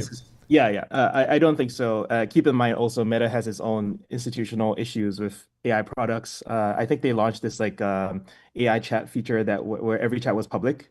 I still think it's still there. Well, that was people accidentally sharing. Like a box you had to check. Yeah, people were accidentally sharing it, but it kind of speaks to like, when you're dealing with a trillion DAUs, like you're gonna have weird stuff happen. But I would say that Sam would be the first of many people to acknowledge that there's such a thing as a 10,000x engineer and 10,000x AI researcher. But they also have a very deep bench, and it's not just about the bench; it's also about the data. It's also about the infrastructure that they've accumulated. The TM, what's their acronym? MSL. Meta Superintelligence is going to have to build up effectively from scratch because effectively Jan LeCun has failed in his leadership of Meta AI there. And I think like that's fine. Like that's a pivot. Like that's something that only Zuck can do. But like OpenAI has a very deep bench, and like I think they are like they're good there. I would say though that It's a really interesting, like how well diversified this landscape is. Most people, when I talk to, there's often, in AI circles, there's this discussion of who has the mandate of heaven. Mandate of heaven meaning they're just like most likely to achieve AGI. Well, Swyx, obviously. Of the big labs, Yeah. myself excluded, of the big labs, a lot of people are mostly saying DeepMind. Is actually not OpenAI. So I think like OpenAI is like intensely aware that they're being poached, they're being outcompeted on pricing. They're being outcompeted on some metrics like LMSIS for DeepMind, and OpenAI is like extremely competitive. Like whenever I talk to them, I'm so impressed that like they're not just arrogance, they're not like resting on their laurels. They're actually just like we will win on every single front. And I think it's just a very impressive company that way. Then let's flip over. I mean, MSL is it's a cooler acronym than Llama. I always loved Llama because it's a fun name, but it didn't have the same like seriousness. Used to be fair. Fair. Yeah, and fair felt also just like it's a little nice. It's not a hardcore team. Now we don't care about fairness. We drop safety from MSL is like going to the majors. Exactly. It sounds MSL. like Major League LLM and Major League AI training. But I want to talk about the historical analogy because Zuck has been in this position before with the shift to mobile. So when Meta or when Facebook back in the day was a web browser, they initially moved over to an iPhone app, and the iPhone was growing, and they kind of made a mistake going a little bit too far into the HTML5 route, wrapping it in an iOS shell, but they didn't build the app natively, and they were kind of falling behind. But then from 2012 to 2015, Mark was extremely aggressive about acquiring Instagram and WhatsApp, rebuilding the team, hiring some great people. This is when Adam Mosseri and Andrew Bosworth came in and really, really built out monetization in the feed. So they had more money flowing through the system to actually pay for all this stuff. And then we were covering yesterday the Zuck did a talent raid in the 2010 era of Google because he just wanted to get better at ads, basically. And then he built the greatest ad engine of all time. Yeah. How are you interpreting the comeback story and the fact that like Mark has also been here before? I think that it's interesting how you have like Zuck almost has to fail first, and then he overcorrects and goes really, really hard and wins. Yeah.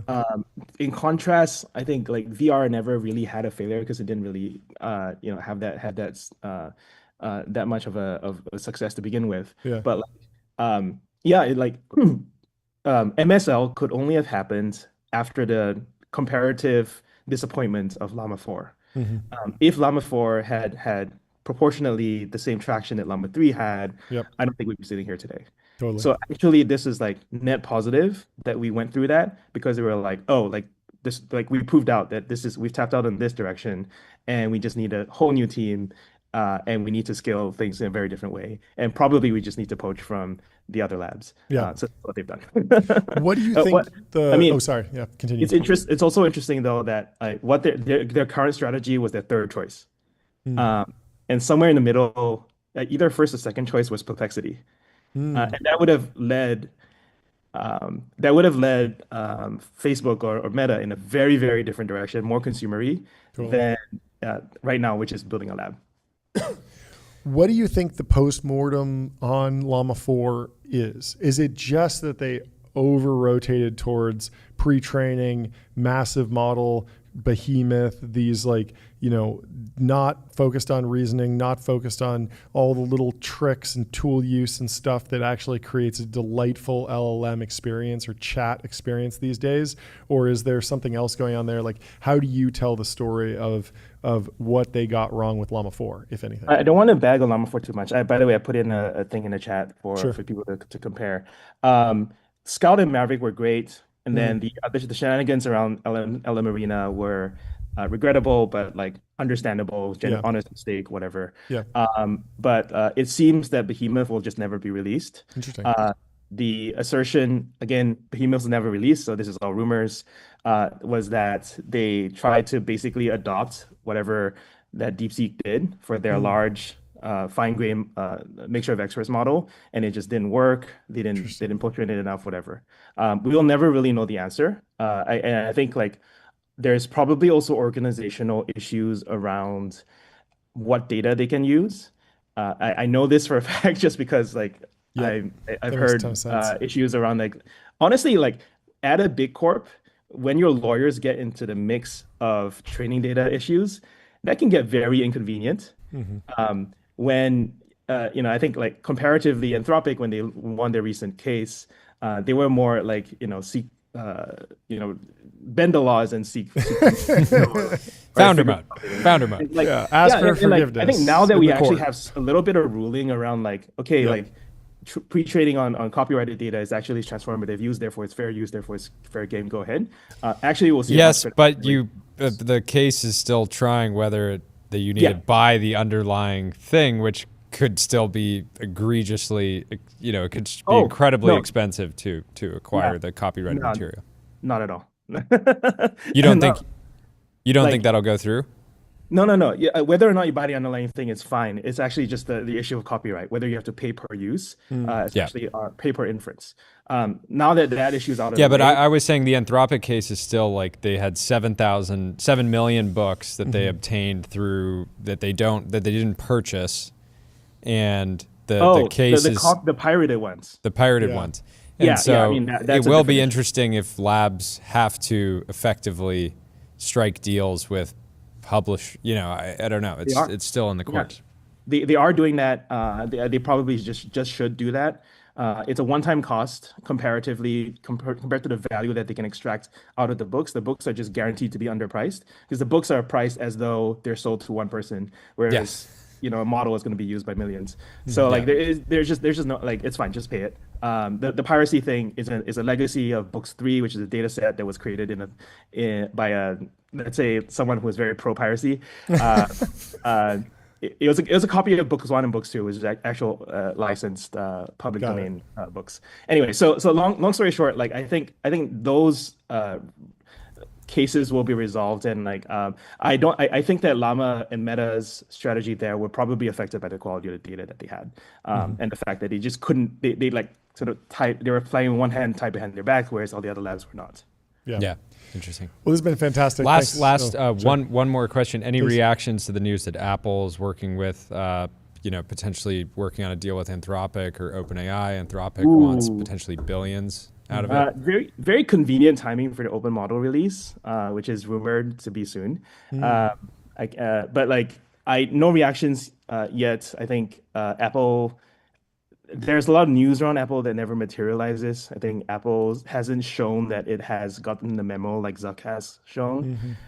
So until it wakes up, like, I don't know. I think like around the time of the Apple Intelligence launch last year, I think a lot of people, I was commenting that like basically Apple wanted to be the first layer of intelligence, and then he wanted to route. So he always wanted to wanted to be Switzerland, wanted to play nice between OpenAI, Anthropic, and whatever other labs, probably not Google. But I think you kind of have to make a bet. I think you kind of have to go all in. Like I'm not that interested in Apple making deals with OpenAI or Anthropic. I still want OpenAI to do an OpenAI iPhone. I don't like the in-ear device. I just wish they just went all in and took Apple on head on, because like all of these are half measures, man. Like we're gonna be sitting here like 5 years from now, and Siri is still gonna like kind of suck. Like it's the same deal as like Amazon making a deal with Anthropic for like smarter Alexa. Where is that today? Yep. I was just asking. I haven't actually seen it in the wild. Yeah. Great point. This is really one more breaking news for you guys. Please. I don't know. You probably missed it, but Cursor has hired the Cloud Code people from Anthropic. What do you mean? What do you mean hired? Like how many of them? I heard they hired the Notion Mail team. I didn't realize that they hired the Cloud Code team. That's an interesting commentary on what is Notion able to keep its people, because the Notion Mail team was they just launched it. Yeah, they just launched it. And now they've left. Trade deal. But like Cursor, so Cloud Code developers have been talking about it nonstop. I think people who are like adjacent to developers really pay attention to this one. This is as close as anything is to being the new Cursor. It is Cloud Code. People are going absolutely nuts and spending a huge amount on it. Anthropic's revenue is up 4x since the start of this year. And like Cloud Code only launched in February. Wow. And now Cursor has poached the top two people from Cloud Code, like the creator and the PM. I like it's breaking news, but I like love it. in terms of like talent trades, this is a really interesting one because it's at the engineering level, not the model level, and it's starting to spread out. It's starting to be like extremely competitive here, and I think it's very exciting. Wild. Well, yeah, we'll have to have you back soon since this is the top story every day now. This is real life. Thank you so much for great joining. to see you, Shawn. Great to see you. Cheers. Have a great rest of your day. And next up, we have Matthew Prince from Cloudflare coming in to TBPN. Welcome to the stream. Some huge news from Cloudflare. We'll let him tell us the story. How are you doing? Good to meet you. Nice to meet you. Welcome to the stream. I would love to start with the news today, and then I want to go into some of the history of the company and when you faced similar junction points and kind of turning points in the past. So why don't you kick us off with the big announcement and the big news today from Cloudflare? Sure. So about 18 months ago, we started getting approached by a number of content creators saying that they faced a new threat online. We spend most of our days, most of our business trying to fight cyber hackers, Iranians, Russians, North Koreans. And so I was surprised when the new threat was AI companies. And frankly, I kind of rolled my eyes at publishers. I was like, publishers are always complaining about, the next new technology. And they said, just pull the data, look at what is going on. And it was really striking. That over time, you could watch as the sort of deal that publishers had made with Google, starting 30 years ago, which was you can copy all of my content and in exchange you send us traffic. That deal just didn't hold up anymore, where they were copying the content, but because they were providing answer boxes, AI overviews, they just weren't sending nearly as much traffic. And that was the good news. As you looked at OpenAI, it was about 750 times harder than with the kind of Google of old to get traffic. With something like Anthropic, it's 30,000 times harder. And the reason why is because people are reading the derivatives. They're not reading the content. It'd be effectively like if I asked an AI system, summarize what happened on the Technology Brothers show today, I have less incentive to actually go and watch your actual show. And that means that if you're making money through advertising, if you're making money through subscriptions, if you're just getting value out of the ego of knowing that people are watching your show, that's going away in an increasingly AI-driven web. And we worried about that quite a bit. And more as we talked to publishers, we realized there was something that we could do about it because Cloudflare runs one of the world's largest networks. A huge amount of the internet already sits behind us. We could partner with literally publishers, everyone from Adweek to Ziff Davis and everything in between, to say that let's change the way that the internet works, and let's change the sort of model where if you're going to take content, you should actually compensate the content creators for it. And so starting on July 1st, we flipped the script. We made it as a default that if you're using Cloudflare, that you can by default for free block any AI crawlers from taking your content without compensating you. And I think now the hard work begins where we have to figure out now the business model around how we get compensation back to those content creators and make sure that folks like you who are creating real original content can continue to be compensated for the hard work that you're doing. Yeah. Well, we used to joke saying that the labs are welcome to scrape our content because we want to influence the outputs results, of the model. But no, it's a serious issue. system. We were covering one of Ben Thompson's pieces about this whole debacle a few weeks ago, and it was funny because at the time we were like, there's so many different stakeholders here. Who could possibly try to figure out a solution to this problem? And answer, you guys are a key player in this, and you have the scale in order to kind of make changes happen. Can you, I guess, like break down more kind of like the kind of the market structure between and how you see this actually working I guess out, what and who deals really have been done in over the past year? Because I know didn't News Corp do a bespoke deal with OpenAI for that exact thing? It sounds like you are more equipped to kind of handle like the longer tail, but also some of the bigger publishers. So talk to me about kind of the state of the art of what those deals look like when they're one-to-one, and then what things might look like going forward. Yeah, so I think that first of all, I think for some time to come, large publishers will do deals with large AI companies, where there might be places that people need help, or either small publishers or small AI companies, and figuring out what has to happen there. But I think even in the case of places where deals have been struck, what the challenge is someone like OpenAI is paying a lot of publishers for their content and doesn't actually object to the basic idea that they should pay for the content that they're using.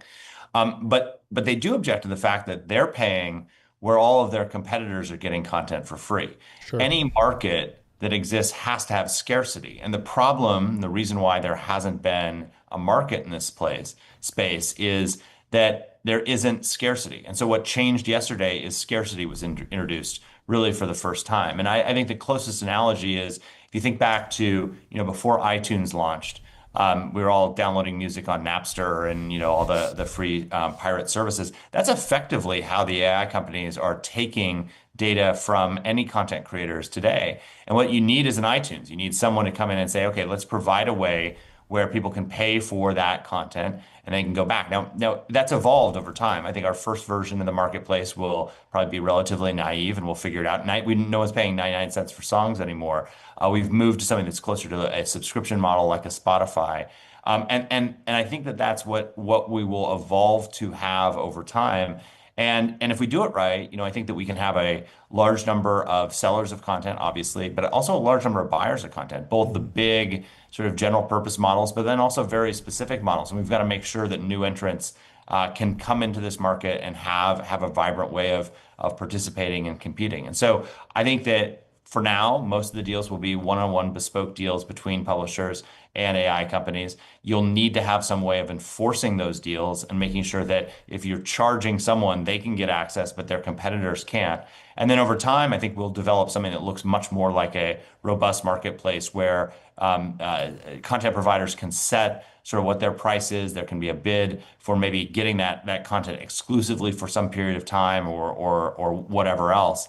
And that's going to develop over the coming months. Is that the correct model to think that the content producer would set the price? I mean, that's certainly what happens on Substack, and the New York Times and the Wall Street Journal set their price. But I've always thought that this might evolve a little bit more like YouTube or like Spotify, where there is a pool of dollars that are going into ChatGPT subscriptions. I personally pay $200 a month, and occasionally I fire off queries that probably land on the Wall Street Journal or the Financial Times, and I would be happy for them to send 10 cents or $1 or split off 50% of what I'm paying. So you have $100 to kind of parcel out in the pool, and then you see how much inference pulled what data from what sources, and kind of have it all be driven by the same volume, like the volume algorithm that you see on YouTube or Spotify. Does that seem like kind of what the long-term outcome might look like, or do we need to also get to some sort of like ad-driven marketplace, because that's ultimately where how YouTube prices these things? Yeah, I think it's going to be. I think that there's a lot that we still have to figure out. I last week traveled up to Stockholm to meet with Daniel Ek, the Nice. founder of Spotify, and it was really it was interesting. He said the ultimate model that Spotify settled on. I think I don't want to put words in his mouth, but it was basically like it was sort of the most naive of all of the different options that he had come up with, and it works as it is a pool of funds, and then they divide it up based on basically how many minutes of content you consume, and there are different rates for music versus podcasts versus audiobooks, and it was fascinating to see. So you could imagine a version where Cloudflare effectively negotiates on behalf of all of the content that sits behind us with the big AI companies. People can opt in or opt out of being a part of that pool. The more content that's part of that, the more valuable it is to the AI companies. And then we would look at how we could split that up across how much crawling is actually done across that. I think one of the real keys will be how can we give hints to the AI companies on what is the content which is the most valuable to them. So for instance, if Taylor Swift releases a brand new song and maybe does an interview about it, that's incredibly valuable content if you're a I don't know, chatbot for lonely teen girls, right? On the other hand, it's probably not so valuable if you're sort of a chatbot trying to be the world's best doctor. Maybe there's some value in sort of bedside manner, but largely, that's not going to be a big deal in your care. On the other hand, if a research study comes out on acetaminophen's effects on different types of chemotherapy, very little value for the chatbot for teen girls, but incredibly valuable for the doctor. And so what we have to do is actually, I think, on an LLM or an AI model by AI model basis, be able to give them signals back that say this is the sort of thing that you should be paying attention to, that you should be indexing, that you should be actually scraping and paying for. And the same way that in the music industry, we've got reviews, we've got different types of music that people are, you might be into country, you might be into classical, and it kind of allows you to compartmentalize that. I think that whole ecosystem has to develop, but once that does, something very much like Spotify could be the right answer long term. And again, I think we're in a unique position to pull it together. Rudy? Talk briefly about stablecoins. I remember in this Ben Thompson piece, people have been suggesting this idea that stablecoins could be some part of the solution or a backbone for a new business model for the internet. At the same time, while I'm bullish on stablecoins, someone like a Cloudflare can set up the infrastructure to just use traditional financial rails to process payments. So I'm guessing that it's not part of what you're... This was Ben's reaction to the original sin of the internet was advertising, and this idea that Mark Andreessen, when he built the browser, didn't build in payments because it was this multi-party discussion to figure out how to actually integrate payments into HTTP. Didn't happen. The first MCP spec, that's the Model Context Protocol spec for AI agents to interact with each other, doesn't include payments, but he was kind of saying that it might be on the horizon, but would love your take.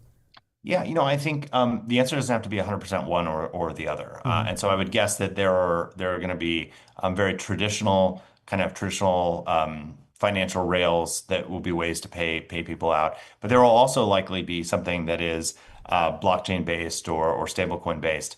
And again, I think we're looking at all of the different providers that are in this space, including potentially creating our own stablecoin that would be part of how these transactions take place. And I think you're exactly right that there's a natural extension from what we're doing here to how we figure out around what the payment rails look like for MCPs. Because as your agent is going around interacting with things, that's also going to be something that is either charged for or that you actually get paid to do.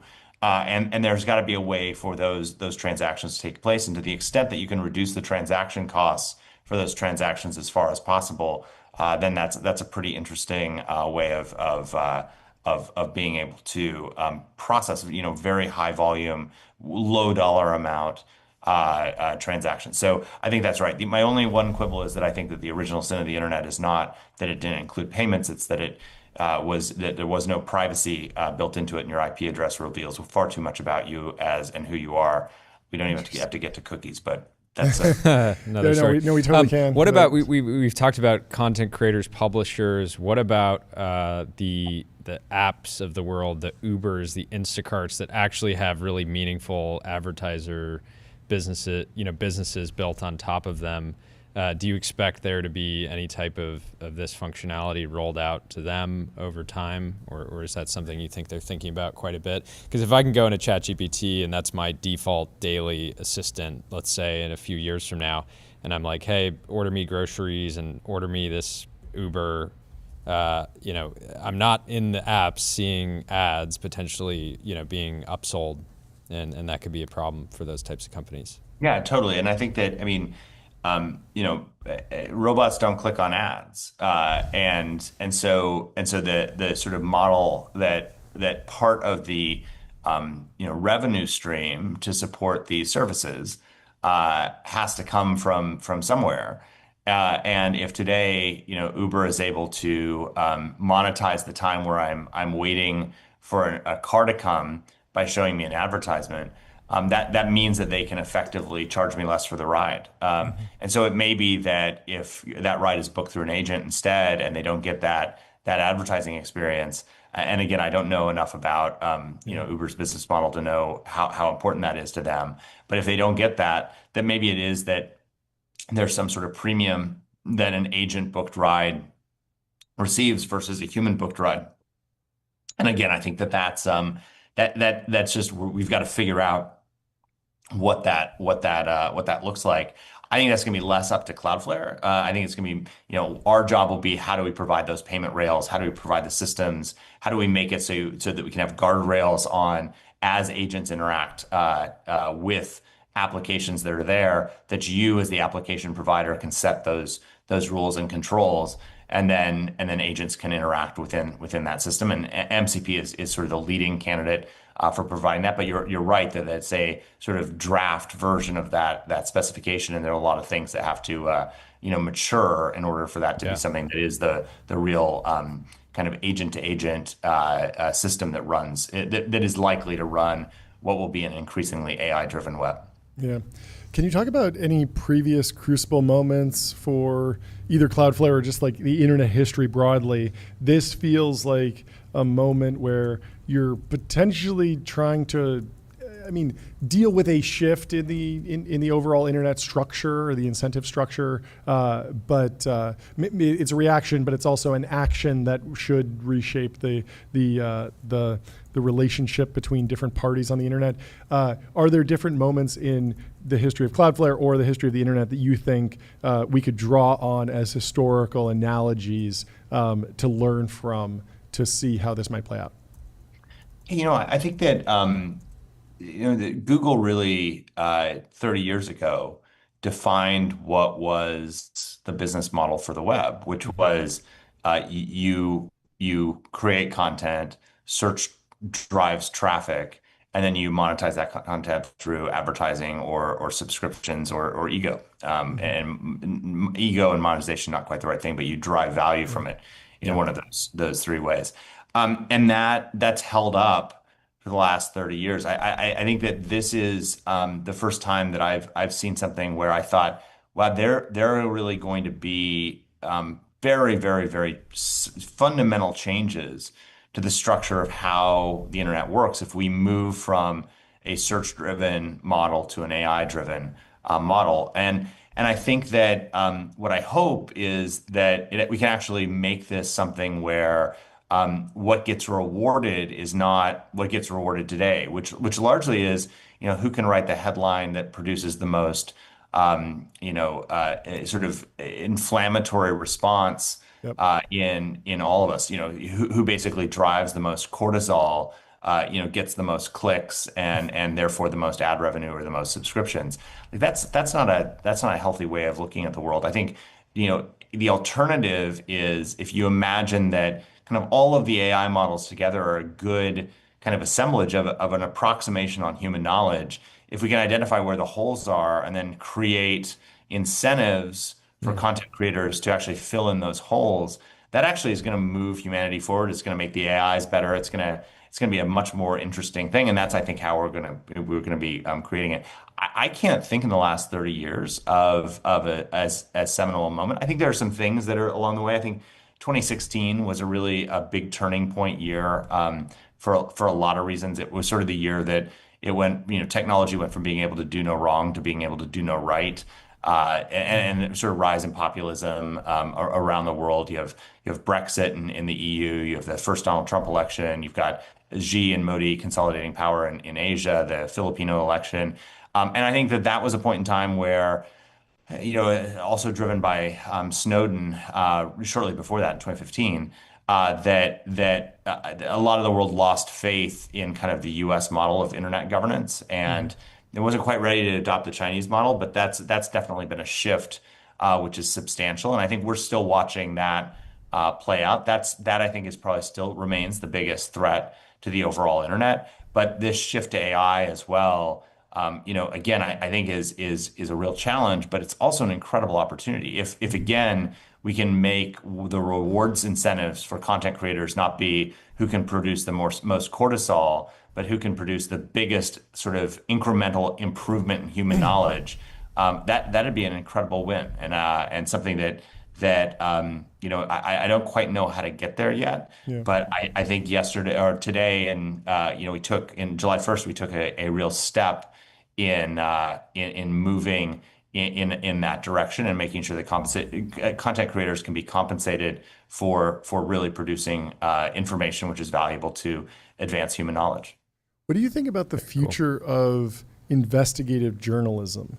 There's been a big shift in just content creation into independent creators, but a lot of that is actually downstream or separate from the type of work that investigative journalists do. I'm thinking of like Seymour Hersh hanging out at a local army bar for a year before he gets one scoop that he can write a book about. And these investigative journalists, they tend to, John Carreyrou was on the payroll of the Wall Street Journal for years. He was writing stuff, but then he blows the Theranos case wide open, eventually a book and then a movie. And I imagine that with artificial intelligence, the value of a scoop could actually go up because you could use an LLM to read through the clickbait repurposed version of the article to find, wait, they're sourcing actually, this person posted it on the internet earlier. They're the one that actually did the hard work to get the scoop. They should get 90% of the value and 10% should go to the repurposed rage bait version as opposed to the economic model now, which is maybe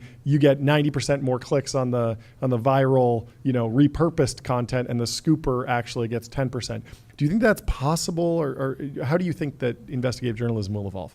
Yeah, I don't know if this is an answer to your question, but it's I thought it was interesting. As I said, I met with Daniel Ek up in Stockholm, and he told me, he said, we were talking about this, and he said, one of the things we do at Spotify is we actually surface all of the different queries that are sent to Spotify that we don't feel like we have a really good response for. So if somebody searches for, I want a song to a reggae kind of beat and it's all about how much it sucks when your sister steals your car and your dog. Not to get too specific. I'm not. I don't know what these things are, but there are people, there are musicians who take this list and they actually write songs based on what people are looking for. No way. And that they make tens of millions of dollars a year doing just exactly that.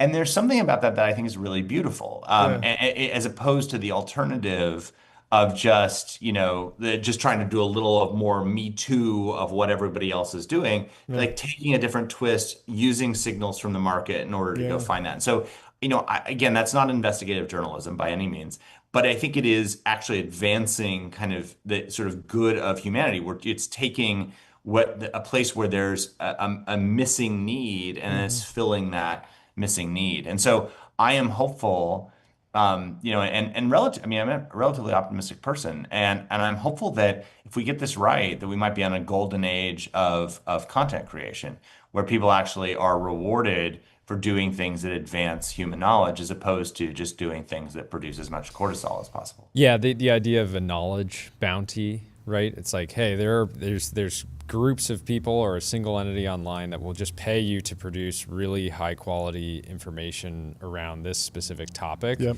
And the internet always did this sort of organically, but it would just be somebody spinning up a blog or maybe an Instagram account or something like that, and they would just start blogging about something that was niche, and then an entire network would form around it and other people would contribute to it. So I think there's quite a lot of precedent. But it would be exciting to put that reward out before, and not saying, hey, you have to do this and then maybe you'll get some ads associated with it later. But basically the pool of capital is here, and you just have to deliver that knowledge that people already want, and we know it because they're searching it on LLMs and things like that. Can I throw you? I think I'll tell you the sort of Black Mirror kind of dystopian outcome if we don't get this right. Which is, I don't think journalism goes away. I don't think that research goes away.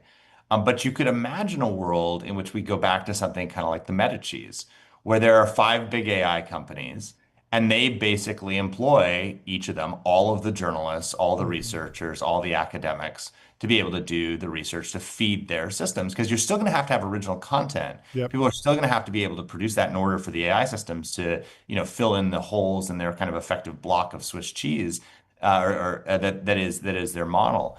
But I think that's a pretty bad world where again, because you then probably have like the conservative AI and the liberal AI, and I mean all these things that that the internet kind of broke apart. You could imagine AI as a system that is just this massive consolidator in the future, and I think that's a bad outcome. And I think a better outcome is if we can figure out how can we reward people for, again, driving knowledge, but not get to a place where all of them have to be employed by one of the five, big. I actually talked to somebody very high up at one of the labs who said that was saying that, like, if you take the total salaries of all the journalists in America, it would be a fraction of what the AI labs are spending right now just acquiring data. And so it's not a financial question. It is a political, cultural question. It's interesting. Yeah.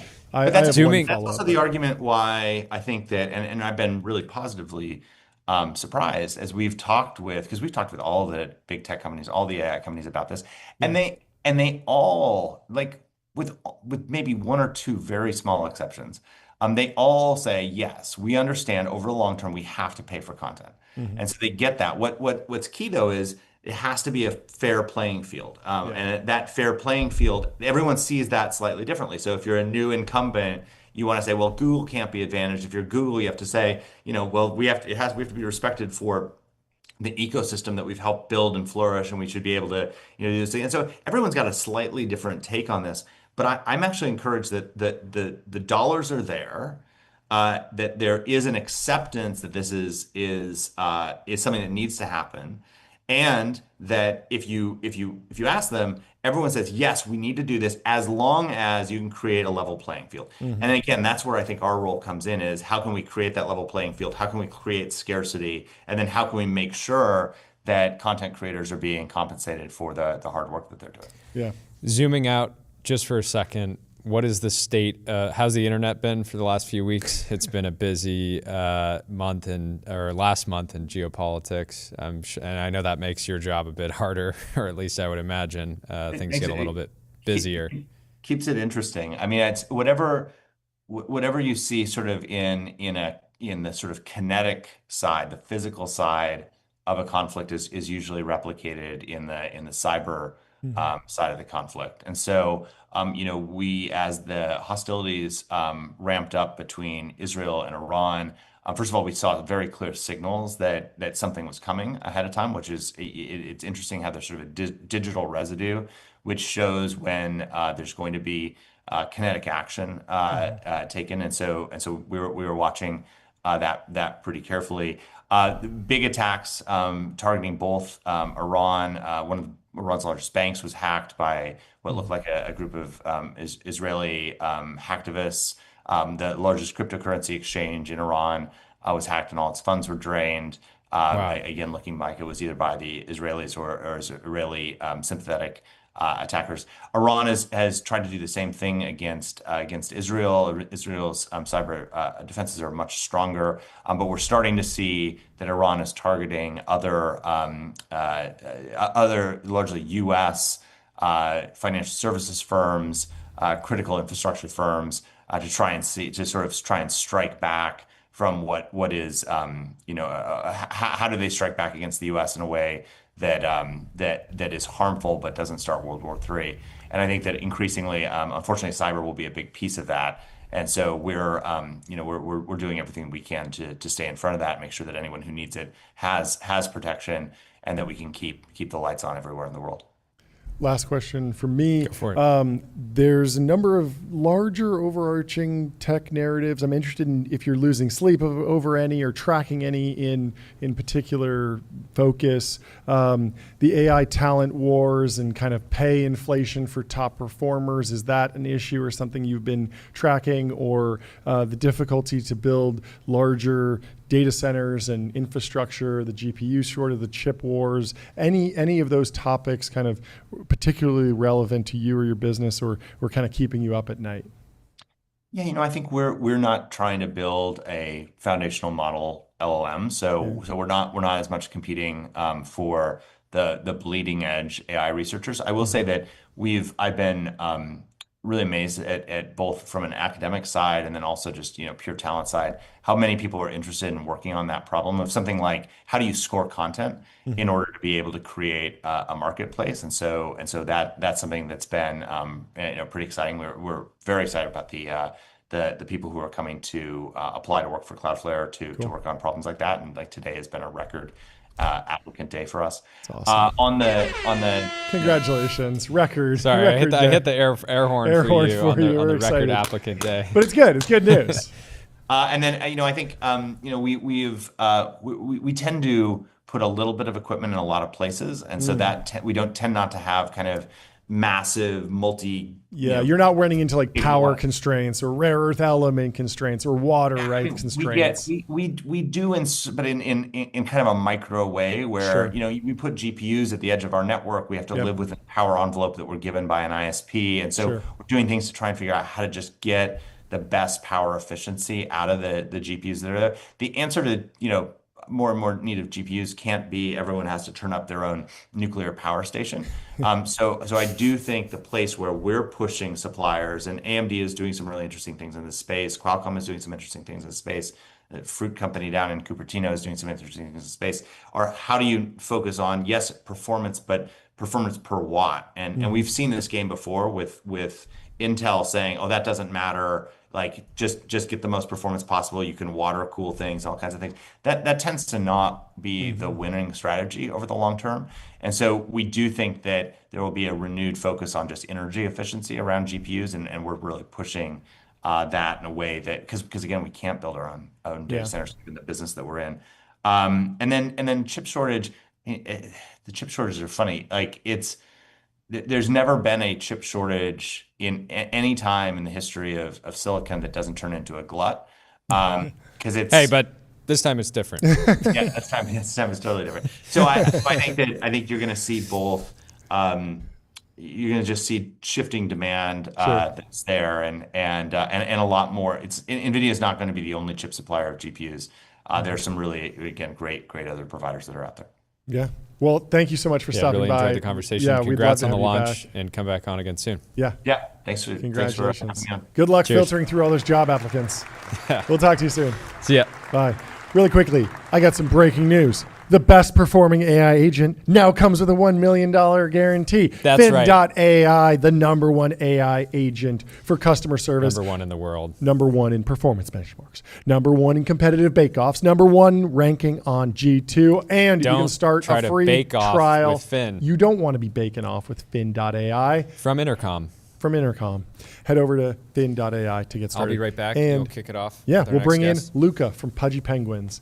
We're going to talk about what's going on with the market structure bill, what's going on with the Genius Act, what's going on with his business. So we're very excited to catch up with him. It's his second time on the show. He came on during Crypto Day. Fantastic conversation.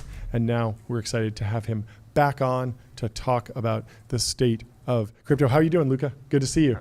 I'm doing good. How are you doing? I'm great. What is that behind you, the igloo? Is this part of the Pudgy Penguins expanded universe?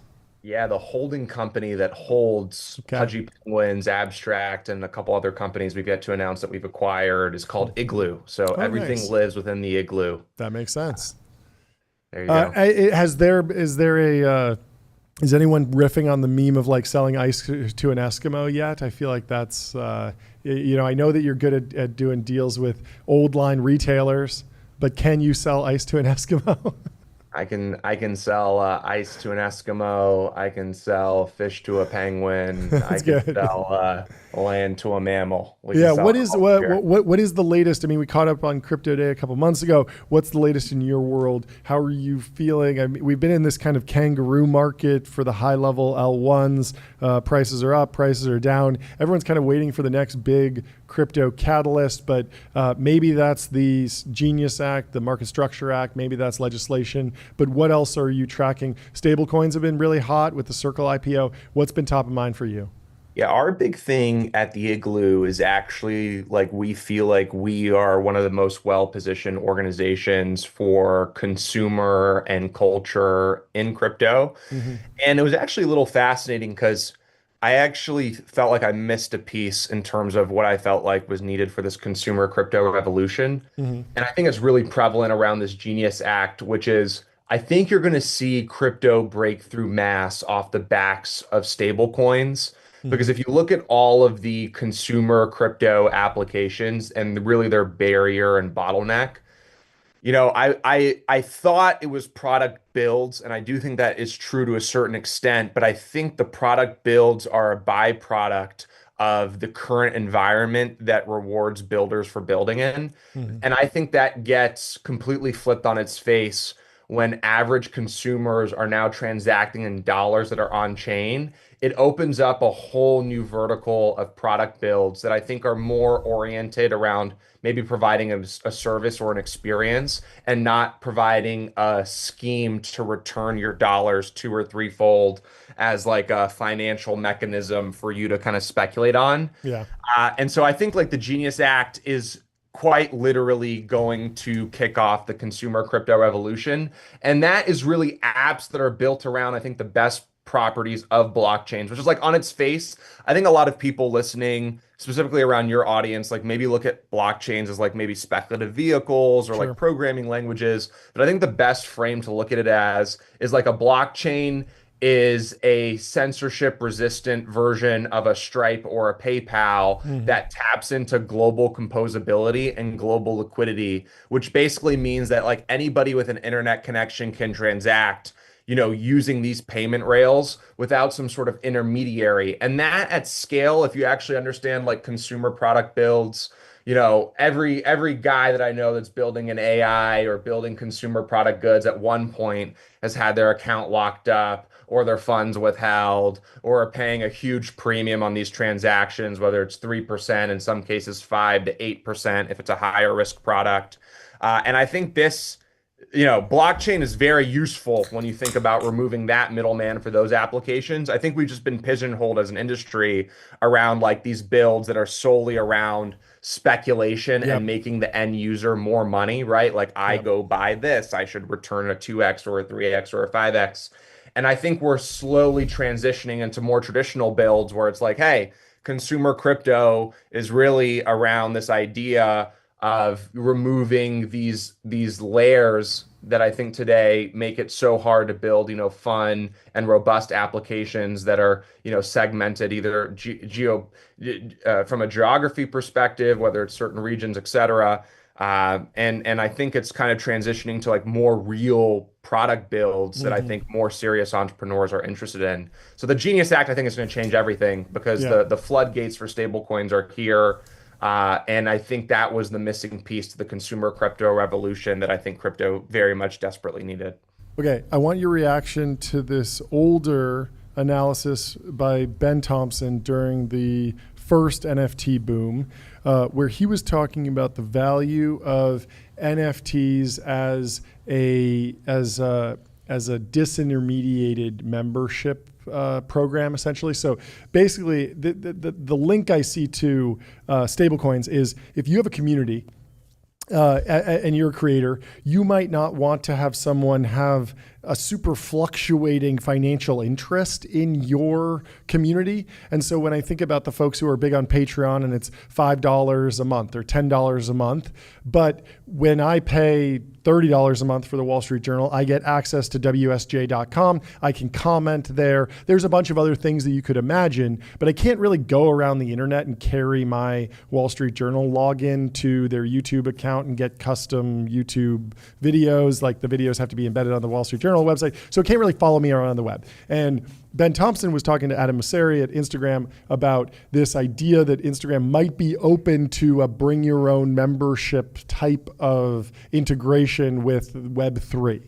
And so I think that we were almost there, but there was no one that really broke out into mainstream adoption where both you got to get YouTube and you got to get Instagram to say, yes, we are integrating this membership card as a native, as a primitive on our platform to allow, creators to create, subscription level content. Instead, we wound up with every social media app has their own subscriptions. So I can go get YouTube premium subscribers who subscribe to me, pay me $5. Then on X, I can have subscriptions, $5. They subscribe to me there. But you got to follow me around. You can't just subscribe to me as the creator. That felt like something that Web3 could do, but we weren't quite there with stablecoins. Is that something you think is a reasonable dynamic that could play out post-Genius Act? Is there still some sort of countervailing force where the big tech companies might just not want to give it away because, hey, they're earning a cut on those membership revenues directly?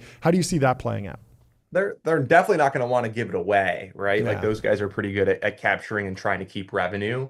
I think like one of the big, bull cases around Web3 is like these universal logins and identities, right? That like follow you all over the internet. Yep. Like that's going to take a lot of pieces to put together, but like things like the Genius Act, right? And everyone transacting in stable coins makes that so much more possible and feasible. That I don't know of anyone who's really mastering that build just yet. And to the point of NFTs, I think there's two bull cases for NFTs. One, which is the one that you referenced, which is access, right? And that is a more mundane, probably less exciting, but probably bigger TAM because you could replace the entire ticketing industry and OnlyFans and Patreon, like you'd mentioned, and info, right? The WAP guys can go and plug that in. So I think there's that. And then there's also the TAM of digital collectibles, which is, physical collectibles today have a total addressable market of about 600 billion. 1% of that 600 billion is digital, yet digital collectibles have a slew of pros that physical do not,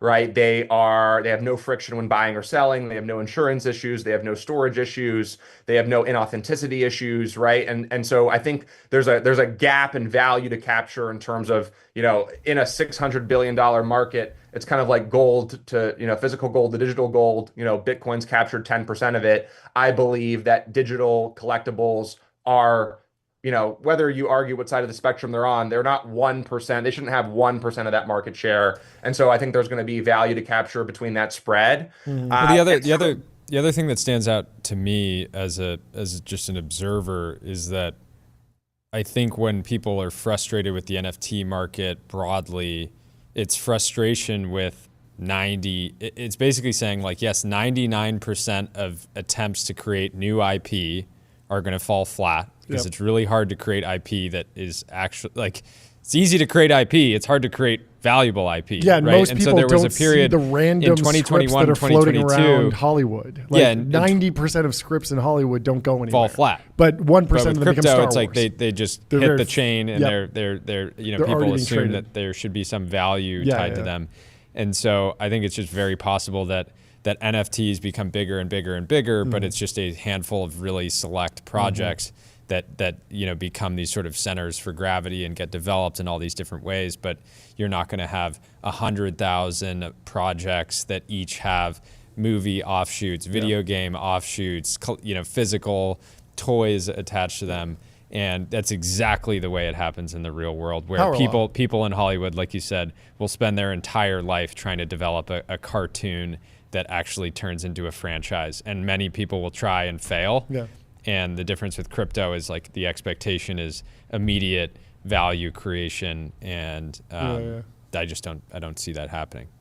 Yeah. the tokens, whether it's fungible or non-fungible, there's a superpower behind it. It's a kryptonite and it's a superpower depending on how you harness the power. But financial alignments can be your greatest weapon or your greatest weakness, right? And how you harness that, right? Like us being able at Pudgy to galvanize this group of 10,000 people to go and hit algorithms. Like our big breakthrough at Pudgy was I told all of them that Walmart had turned us down, that we were going to go live on Amazon, and that I needed everybody to buy. And if they bought it, right, all at the same time, we would trigger Amazon algorithms, we'd be number one across all of these different categories. And that would give me a lot of leverage to go do a deal with a major retailer. Well, what happened was exactly that. We launched within, 30 minutes of launching on Amazon. I'm number one across basically every consumer product category, every toy category. And then Laura Rush, who was the head of merchandising at the time at Walmart, pinged us and said, we want to stock you. You got 3 months. We're going to put you in a pallet in the center of the store in 2,000 locations in quarter 4. And that was like the big paradigm shift for Pudgy, where people were like, oh shit, these kids, came out of nowhere and did it. And the rest is history. We've basically, carried that momentum up until where we are today. But that was our big breakthrough. And that was because I think of that alignment and that incentive. Everyone was incentivized to go and create this headline in this moment for Pudgy, at least the core community members who had quote unquote bags or collectibles or tokens within the ecosystem. And if you can harness that and if you can respect that, it can be a superpower. It can be your greatest kryptonite, as you've seen 100 times over. And there's, plenty of horror stories, which we won't get into. Yeah. Bit of a wild card question, but I don't know if you saw OpenAI has a deal with Mattel to make a chat GPT enabled Barbie potentially. We don't really know the shape of the deal. But how many LLMs can fit in a Pudgy Penguin? yeah. That's what we want to know. I mean, can fit a lot of LLMs in this bad boy. I mean, you're in some ways in the toy business, and what is the next generation of toys look like? What are you optimistic about? What will change? What technologies do you think will be integrated? What considerations will drive actual success instead of just like, we slapped AI on it. Like we tried that with every toaster having Bluetooth. Didn't really work out, but the Nest thermostat, pretty popular. So how does this play out? It's a great question. I saw this coming 2 years ago, and I basically jumped for joy when I thought of it. And I told the guys, because for those who are not familiar, the toys that we sell have the QR codes. So it's not just like selling toys that are, IP related. We're actually putting NFTs in the hands of regular people, because you buy this toy, you scan this QR code, you redeem these NFTs through a gasless experience. So it's like a whole crypto funnel, which is basically our product, our physical toys. But I jumped for joy because I was like, dude, what if these characters that you bought and these NFTs that you created then became like your AI homeworker helper, right? And this was an idea I had two years ago.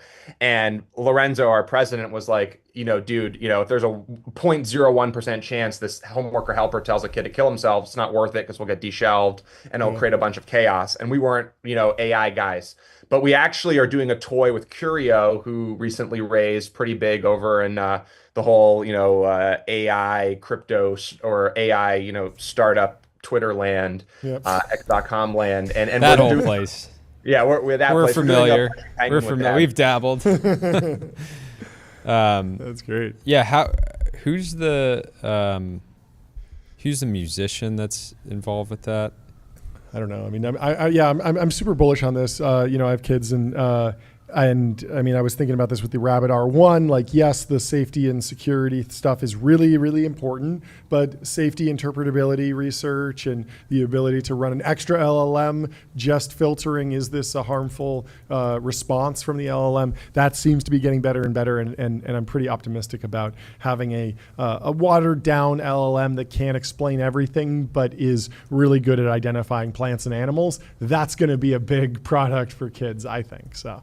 The trick to CPG is all about providing value for the customer. Like Walmart will tell you, if you're trying to stock, like they're always optimizing for the best deal. And so my mind frame is like, how much bang for your buck can you get for this purchase? Well, if you can buy it and redeem some NFTs that could be worth some digital dollars, maybe you recoup your costs on the physical item and then it's a net free good. And then maybe you can go in and ask it questions, and now it's a value add. And so I think this stuff is just changing. It's a complete paradigm shift. I think no one's really ready for how I think the world is going to change. But in terms of a value add, you can plug in an LLM to a lot of physical products, just alpha for the room, and create a ton of value for your end consumer, which is ultimately your goal as an entrepreneur.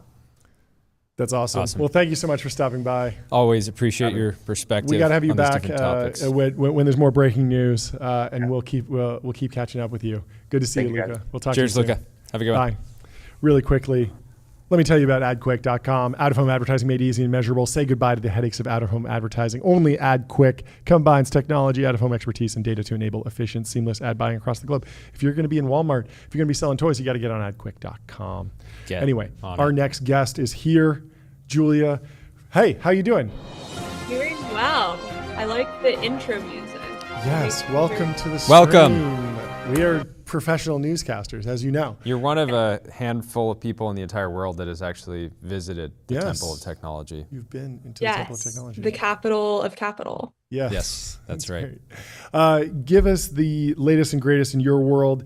New piece in Palladium. What was the thesis? What inspired it? Take us through the high level of the piece. Yeah, so something I've been thinking about for a while. It was actually sort of inspired by this freshman at Stanford who I was talking to in the library, very, very sweet girl. And she was like, "What are you doing post-grad?" And I said, "Well, I'm working for this magazine called Arena. They want to do books, so I'm going to be helping with that. I'm super excited." And she said, "That's a 1930-ass job." And I was like, "Well, why is it a 1930-ass job?" Well, it's like, most people are like consultants or software engineers, but you're making like this very real thing that's like you can touch. I was like, yeah, like maybe it is a 1930-ass job. I guess a lot of people in the 1930s didn't have jobs, but there were some people who were writing books and publishing books. So I was sort of thinking, it's like, well, how do we get to this point where it's like it is sort of like this weird thing for people to be doing something real and tangible. And then I think it's also just, I sort of feel like graduating from Stanford in 2025, in some ways, I'm like out on the last chopper out of Nom because like ChatGPT was only like super ubiquitous really my senior year. Like sometimes you just walk into the library and everyone had ChatGPT on their screens, and it was just you'd go to section and the section leader would be like, "Please, like I know it's really easy to use AI, but it would really make me sad if you used AI to write your weekly reading response." And then sort of just like all these things that were just like you felt like you're more practicing like acting like a college student because just AI was just making a lot of the day-to-day like obsolete. And it's also just like there's a pretty good chance that like AI is a better writer than I am. There's a really high chance AI will be a better writer than I am in 5 years. And I think it's like, well, if what I wanted to be as a writer and that's going to be obsolete, or AI is going to be better than me, or like if my friends who want to be lawyers are just going to be replaced by Harvey, and my friends who want to be software engineers are going to be replaced by Cursor, like what does the future look like? And I think I was also guided by this conversation I had with a wonderful professor at Stanford, Jennifer Burns. She's in the history department. She has written biographies of Milton Friedman and Ayn Rand. I took a really great class with her in the fall called Thinking About Capitalism. And I had a lot of conversations with her just because I found her work really interesting. And she asked me, she's like, you're sort of like pretty like enmeshed in like the current, right-wing intellectual moment. Who is like the defining like economic thinker? And this was back in like October, November, and I was just totally stumped. And when I sort of published the piece with Palladium, I sent it to her and I was like, this is sort of my answer to like what is the economic thought of Gen Z, or really of the 21st century, and it's economic nihilism. It's nihilism. So are we cooked? Where are you most bearish? It seems like you're worried about a lot of different trends.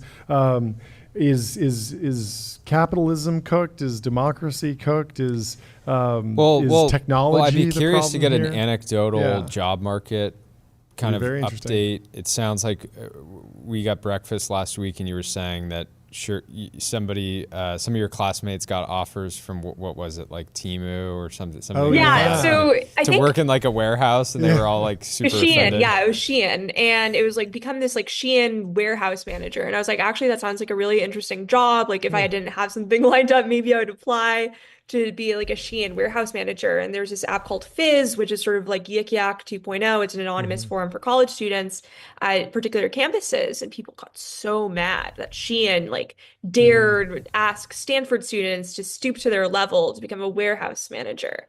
And I think it's sort of like a paradox because Stanford students believe that they are entitled to certain jobs, and this is true of sort of like all Ivies or elite universities. But there are a lot of jobs that people aren't willing to do.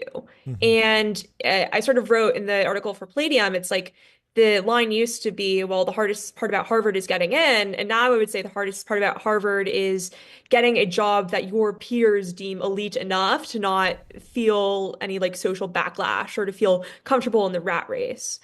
And I think it's Peter Turchin, who's this phenomenal historian, has written a lot about how conflict rises in societies when there are more elite aspirants than there are elite positions. And I think, especially as class sizes at these schools are expanding and the internet is democratizing access to education and democratizing access to power in some ways, I think that these schools are in a really tough place because is no longer a guarantee that you can go to Stanford, you can go to Harvard, you can go to Yale and be upper middle class. Are there really not that many jobs at McKinsey, Bain, BCG, the Wall Street banks, the big tech companies, the PMs? It feels like we're hearing a lot of nervousness about job loss and not hiring, but it feels like also McKinsey's printing a bunch of money just writing slide decks about AI transformation in the Fortune 500, or has the actual shift in what is a high status job changed? And if it has, what is the high status job? Is it entrepreneurship now? Is it YC? Where are we sitting with that? I think it's VC. I think it's entrepreneurship, just regards to VC. Whether They want to go straight to venture capital? Yeah, this is the golden ticket. Just kidding. We support venture capital. Yeah. I think like anecdotally, it seems that big tech is like, that used to sort of be like, okay, everyone told you to study CS, and if you study CS, you'll have like a 200K post-grad salary. And now that's not really happening anymore. Really? Like, yeah, I think there's definitely a shortage of, or especially in like more big tech firms, which offer more security than like startups. Sure. It's a lot harder to get those positions now than 5 or 10 years ago. Do you think that's more of a hangover from COVID and kind of Elon showing that he could run X at 1/5 the head count versus truly AI disruptive to like replacing workers? I think it's probably both. Okay. I think there's like the zero well, there was a time in 2021 where just people were throwing money at anything that they could throw money at, and I think we're in very different times now. But I think I think about it less in terms of just like, oh, what's the market like now, and more in terms of like, how has the social contract changed? And I think for a lot of elite college students, the sort of social contract was for a time like, okay, if you study like these 3 things, then post-grad you will have like, and you don't fuck up in college, you'll have like pretty easy access to these really important high-paying jobs. But I think we've seen now that it's like maybe a job at Goldman Sachs as an analyst isn't that important. You're just like changing font colors for 110 hours a week. But also just we're seeing underemployment rates in these sectors. I think the computer science underemployment rate is 1 in 6, which is insane considering that pretty much every authority figure I had from ages like 8 to 18 told me to major in computer science. Yeah. Do you, Sam Altman wrote this post about the soft singularity, and his kind of thesis was that if you went back to 1930, they would think we all have fake jobs. And so we will maybe create new fake jobs. Are you optimistic about that at all? Yeah, I don't think the fake jobs thing is necessarily going away. Like I'm in LA right now, that's where my parents live, and every 3rd person is an influencer. So it's not hard for me to Let's see. hear it for the influencers. The hardworking content creators. It's very hard to go and slaves get to the algo. Yeah. But I think what we're gonna see is just there's a lack of, or what we're sort of seeing. It's like there have been fake jobs for, I don't know, probably not eternity, but for like recent history. And what we're going to see is just the fake jobs. The work becomes more and more meaningless. It's like, I don't know what the fake jobs of like 5 years, 10 years from now are going to look like. But I think like a key thesis in my article was that like Gen Z is simultaneously like hyper careerist, but like there's no career at all. It's just sort of floating around from one job to the other. And because there's so much like hopping over from one company to another, one firm to the next, there's never really any like real expertise that's developed. And there's this shallowness in the work. I think it's like my parents, especially my dad, who just retired, he worked at one firm for like the vast majority of his career. He was like an expert in that field, and that wasn't anomalous for people of his generations of boomers at all. But I think now with Gen Z, it's just like, okay, you have one job for 6 months to 2 years, and then you move on to the next thing. And these big companies have like incentive structures built in, like McKinsey, that has search time. It's like, okay, well, after 1 year, we'll give you 6 weeks off so you can go and look for another job. And I think in sort of doing that, it's admitting that it's a fake job because it has no real tie to its employees and no real tie to their employees sticking around. Yeah, for some of the new grad roles, at least the big three, they'll very much encourage you to go take 2 years off to do an MBA, which feels like, I don't know, it just feels odd to me to like lose an employee that you could be just nurturing internally and growing and stuff. What's the reaction on campus been to the big AI trade deals, these massive offers? Are people, most of those folks who are getting $100 million offers, they have PhDs, they're published papers. Maybe the new advice should be, don't just get a CS job and then a CS degree and then try and go work in big tech. Maybe it should say, actually stick in academia longer.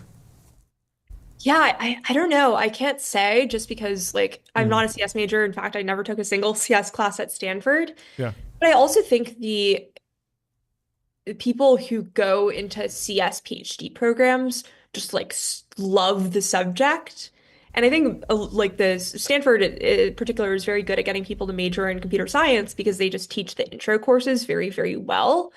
But I think that's a very different demographic. The people you just sort of want to check out for college have like an easy-ish major that a lot of people around them do so they can have a cohort, versus the people who are like, I'm really into systems. Like this thing is like, if you met someone at Stanford who was like a systems concentrator rather than an AI concentrator, they're like really in it. I don't really know. Oh, you're a systems guy? Name every system. This is symbolic systems?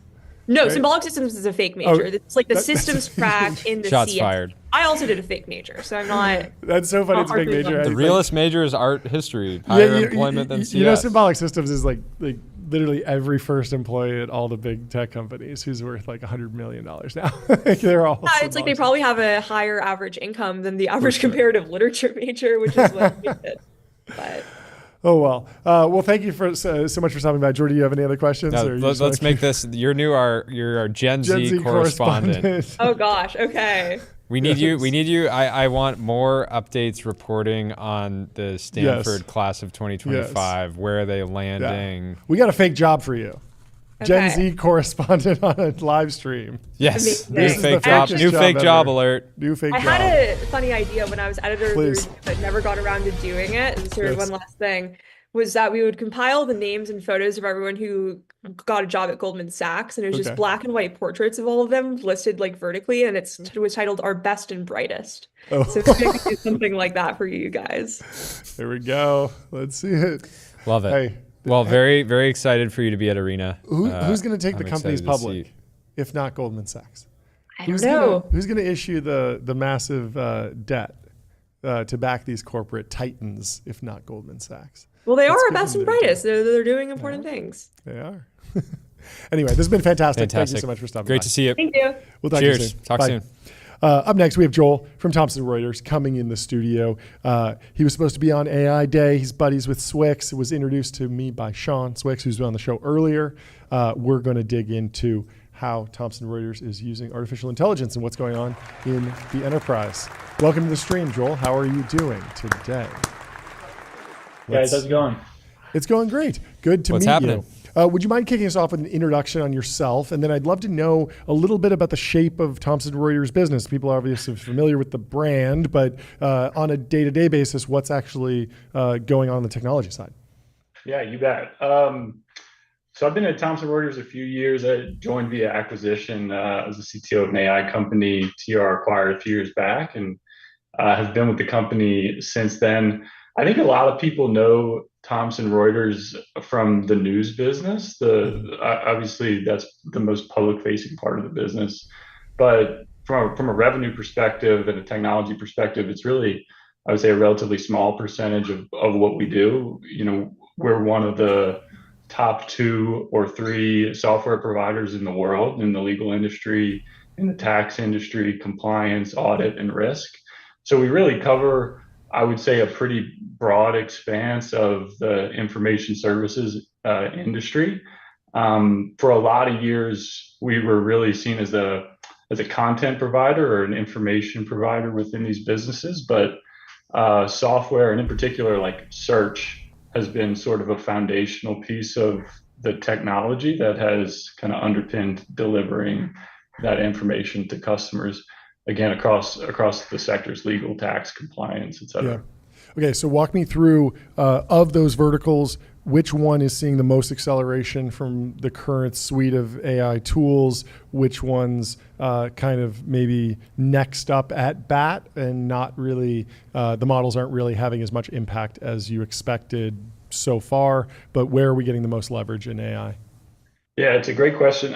If you look at all of those industries, you wouldn't necessarily look at anyone and immediately say they are particularly eager to adopt technology or aggressive in that sense.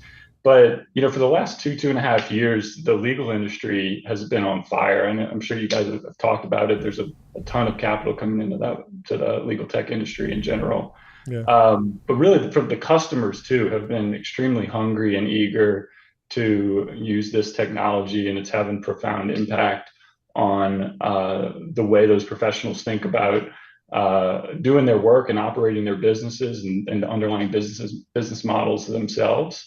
I think you're starting to see more progress being made in industries like tax, though. I think sort of the quantitative capabilities of the models kind of lagged the language capabilities of the models. Mm-hmm. But I think that's improved. But I also think if you look at like the tax or the audit industry, they're particularly workflow kind of heavy. And I think as agents have really taken off in the last 6 to 9 months, and the tool calling capabilities of the models have improved, it's really opened the door to deliver like real true automation and productivity with some of these agentic frameworks and reasoning-based models. Yeah, talk to me about, I imagine you're not focused on pre-training a massive model to get to the frontier. You're probably a buyer of that capability, but we're seeing a lot of deals get done. OpenAI's fine-tuning models for clients above $10 million. They've even cheaper offerings. Palantir's doing fine-tuning work now. We just heard Thinking Machines, Mira Murati is doing some fine-tuning reinforcement learning for business-to-business applications.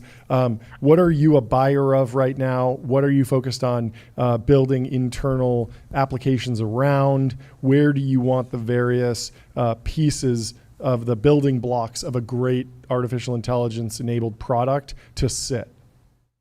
Yeah, this might be a little bit of a long-winded answer. I would say first and foremost, when we look at shipping product into the market quickly, we're certainly a buyer of these models, and we're close partners with Anthropic, OpenAI, Google, and others in that regard. When those companies are working on their next versions of models, a lot of times they come to us to help them evaluate and test certain capabilities of the models, because the type of work that's done in the legal industry in particular is challenging. It's not a simple like rhetorical response. It's a deeper level of reasoning that happens in terms of the types of problems that we're solving. So I would say first and foremost, like we're buyers of the technology. We have done fine-tuning engagements with several of these providers. Mm-hmm. Super excited about the sort of RFT trend that may be coming with many of them in terms of being able to apply more RL-based methods to that fine tuning. But we're also, I would say, builders in some sense. We're not, pre-training models of the size of GPT-4 or Claude Sonnet, but we do engage in that. So about a year and a half ago, we acquired a small company with a couple folks from DeepMind who have come in and really built up our deep learning expertise and deep learning training expertise within our team. We've got about 1.5 trillion tokens of our own proprietary content in legal and tax and news. And like I said, that's been sort of one of our defining assets for a long period of time. Yeah. As RL really becomes kind of the main mechanism for driving further improvements in the model, we see our talent, our 4,500 domain experts across legal and tax and otherwise, really being pivotal in that process of driving performance into the model. So we're certainly a buyer, but we're definitely trying to exercise the data and the content that we have proprietary to us, but also the human experts that we employ to drive that flywheel faster. Can you give me some extra color on all the different value kind of on the table with one of these deals between a big company and a foundation model provider? Because it can seem so simple. It's like I'm buying an API, but there's actually a lot more to it. And we were talking about this in the context of Apple potentially partnering with Anthropic or OpenAI. And there's actually kind of an odd relationship there where if Apple's sending a bunch of users to ChatGPT, that could improve the model. And that could make their business stronger. They could wind up servicing ads in the responses like Google does. And you could wind up with a situation where, Google is paying Apple, not the other way around. You could see ChatGPT eventually paying Apple for the right to be on the Siri button. But in your business, you have over 1 trillion tokens. That's pretty valuable data. There's a question of, what value are you bringing to that side of the deal? And so how are you thinking about doing a great deal that sticks and is aligned economically over the long term with a foundation model provider? Yeah, it's a really hard question to answer. And certainly you have to kind of like have some crystal ball to project out what the next 2 years are going to look like. And it's hard to project 2 weeks to do that effectively. That's true. So we got one crystal right ball here. We actually have a crystal ball in the studio for this exact reason. Helps quite a bit. It helps in the news a lot. business. Yeah, it's important. I'll borrow that next time I'm out there. So, for us, I think, like I said, our people and our experts and the data that they create ultimately, I think, is sort of core to our identity and core to what we believe is valuable to us. And we try to really hold on to that and extract as much value from it into our IP as we can. I think where there's mutual benefit, like I said before, is we provide a lot of insight and direction to these foundation model providers in terms of like what the models are failing at, sort of what kind of capabilities. They have these public benchmarks that say, every week one model is better than the other, but they don't really represent the real world. And in particular, they don't represent the real world of like how professionals do work on a day-to-day basis. And we spend a tremendous amount of time building real world evaluations into those kinds of things. And not only that, but we spend a tremendous amount of time and energy grading and evaluating those on like real world rubrics for how a lawyer would interpret this. So it's not like it's a right or wrong answer. It's is it helpful? Is it harmful in some way to a lawyer? These are types of things that like require a tremendous amount of just domain understanding to do well. And so that insight's super valuable to the foundation model providers to understand how they need to adjust their data sets. And it benefits us on the flip side because we get more performant models out the back end that are better suited for our tasks. How much time are you guys spending just on preventing hallucinations when you talk about domains like law and tax? It's not uncommon for a lawyer or a tax attorney to hallucinate themselves, put the wrong number somewhere, have the right, but usually there's, hopefully checks and balances in terms of someone else reviewing it. The client reviewing it, making sure that it's getting to the right place. But that feels like one of the bigger issues kind of holding back LLMs from, unlocking the full value. So I imagine it's a big focus for you guys, but what are your thoughts? Yeah, I mean, all the time. I mean, like, I think that's one of the core things that we do, and you're right that hallucinations existed before AI was involved here, and they exist now, and no matter how good these models will get, they will exist in the future. I think there's some element of like that will be the fact. I mean, foundationally, the way the models operate, like it is a propensity and it can happen. But we spend a lot of time trying to build guardrails, trying to build methodologies to prevent that, or at least mitigate it in as many ways as we can. I would say this is where, though, the UX of the applications really becomes like more and more critical. Like creating the environment where a lawyer like knows what they need to validate, knows how to do that validation, and can do it quickly and efficiently so that they're still saving time in whatever they're doing, I think is a critical part of the design of the applications and how they operate. And as much time as we spend on the science side trying to build algorithms that prevent that, we spend just as much time on the design side trying to make sure we build experiences that allow lawyers to build that confidence and trust that they need. Very cool. Well, thank you so much for stopping by. We'll have to have you back when there's more news from your world. And we hope you have a great day, and have a thank you for happy joining. July 4th, too. Yeah, Thanks, appreciate the We'll insights. talk to you soon. Cheers. Jordy, how did you sleep last night? I think you might have me beat. I was a little rougher. I got an 81. But how did you do? Go to 8sleep.com/TBPN. Get a pod 5. Actually, unbelievable. Did I beat you? Did I beat you? Play the sound what effect. did You you know get? the What did you reward get? I get. 81. What did you get? Not 80? gonna believe it. 52. 52. Oh my God. Wow.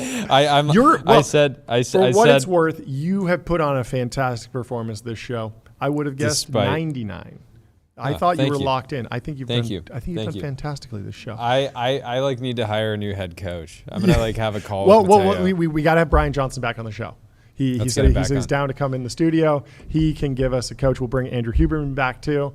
Andrew Huberman was saying there's a drug that can help you sleep better, or something like that. I might need to get on PEDs to actually beat you. But then we're gonna have to drug test, because if you're cheating and I'm natty sleeping, this is not gonna fly. We sleep. We focus on our sleep to make the show better. We do. We should be able to do any type of. And there's no better place to sleep than a Wander if you're on vacation. Find your happy place. Book a Wander with inspiring views, hotel grade amenities, dreamy beds, top tier cleaning, and 24/7 concierge service. It's a vacation home, but better. We are going to be launching a video of us in a Wander. Get ready. Get ready for that. I can't wait. Get ready. We have our next guest coming into the studio. I'm going to let you take the intro. Mackenzie I will be coming back in from just a Ambrook, announcing some news.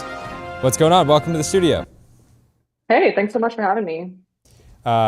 Quick intro on yourself and the company, and then let's get into the news. Okay, sweet. So I'm Mackenzie. I'm the CEO, one of the co-founders of Ambrook. Our mission is to help American family-run businesses become more profitable and resilient. And the way that we do that is we're starting in agriculture, so building out financial management software, so accounting, like the full bundle, so accounting, payments, banking, cards for America's farmers and ranchers. How did you land on this idea? Where did it all start?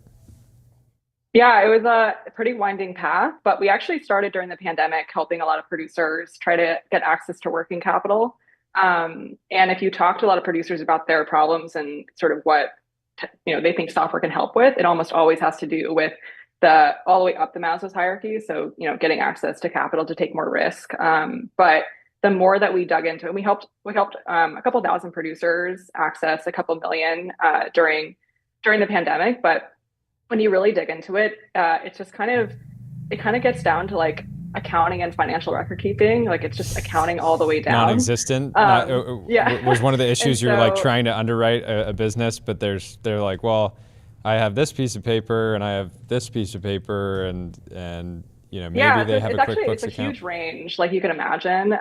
But a lot of you have farmers that are running multi-million-dollar businesses on pen and paper. Yeah. And of course you have folks who are also using, standard S&B accounting software too. But the real issue is just that farming is actually so complicated. Like, I don't know if you guys have ever been on a dairy or how to do FP&A. I don't know if you guys have ever farmed. Not a lot of content farming. Content farming. No, I grew up in the country, in wine country, so I had some exposure. I also have some portfolio companies that have some end farms as customers. So I feel like I've had some exposure, but certainly not an expert. But from my understanding, I think that the challenge is, one, you're actually on a farm, and historically some farm, maybe I'm sure there's a lot of like Starlink adoption, which maybe is a catalyst. Farmers about that. But at the same time, you're not at a desktop computer, so the explosion of mobile helped in farming because you could be updating a database or even sending an email. But all of that is like relatively new, and I don't think the like big accounting software providers of the world were necessarily like actually on the ground talking with farmers, being like, what software do you want to run your business? Totally. Yeah. We ended up, so a lot of accounting and FP&A software is built for like office workers. So it's built as if they assume that you're going to be in an office, 8 hours a day. And we actually ended up flipping that very early on and building workflows that were built for folks who spend more time in the field than in the office. And so from the very beginning, we had like sort of cross-platform across mobile and desktop, like sort of web-based. But over 50% of our users use the mobile app as their primary device to do pretty complex bookkeeping, accounting, payments, receipt management, and understanding their analytics and reports. And I think that speaks to kind of what you were talking about there. How consolidated is the industry? I feel like there's this narrative of like private equity has rolled up every farm, and there's like a few mega farms, and the certain like billionaires own all the farmland in America. But then at the same time, it seems like there's still, like, I personally know folks who have family farms that are still in this like single digit million, maybe tens of millions of dollars business. Like they're definitely SMB. So there's a little under 2 million farms in the US, and only something like 12 to 16,000 of them do more than 5 million a year in annual sales. Very long tail. Yeah. Okay. So super long tail. Yep. Yeah. Yeah. So I mean that's the market opportunity for you. Now, awesome. exactly. Talk about the new financing you guys announced today, and maybe what was the inflection point that made this round kind of possible? Yeah, totally. So we just announced 26.1 million Series A. Let's go. Who's it from? So it's led by Josh at Thrive and Dylan at Field Ventures. Congratulations. He's on a tear today. Our guys. He got a trade deal done. He got it's been a busy day for Thrive. all three of you. Yeah. So busy day for Dylan too. I don't even think you caught this, but they released the S1 just like an hour ago. Oh yeah, that's right. Yeah. You were gonna more breaking news. But anyways, back to Ambrook. Super.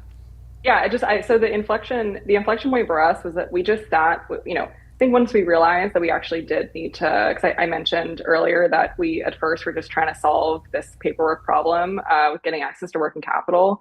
And once we realized we actually had to just rebuild QuickBooks from the ground up, that is a long build. Non-trivial. Non-trivial. And so we ended up sitting with a group of pilot customers, a couple dozen farms across the US for about 2.5 years before we ended up releasing it and actually starting to market it more to the public. And so it wasn't until last year that we launched early last year, and that growth basically catalyzed this round. So that's awesome. And is the goal for working capital to still be a core part of the business in the long run, but you just had to solve the underlying kind of ledger first? Yeah, totally. And actually, what pushed me to this decision too was just I ended up talking to a lot of these big ag tech players that. A lot of the executives there that were doing a lot of ag financing. And I asked them whether or not they could standardize it by pulling on QuickBooks, and they just said it was a garbage in, garbage out problem.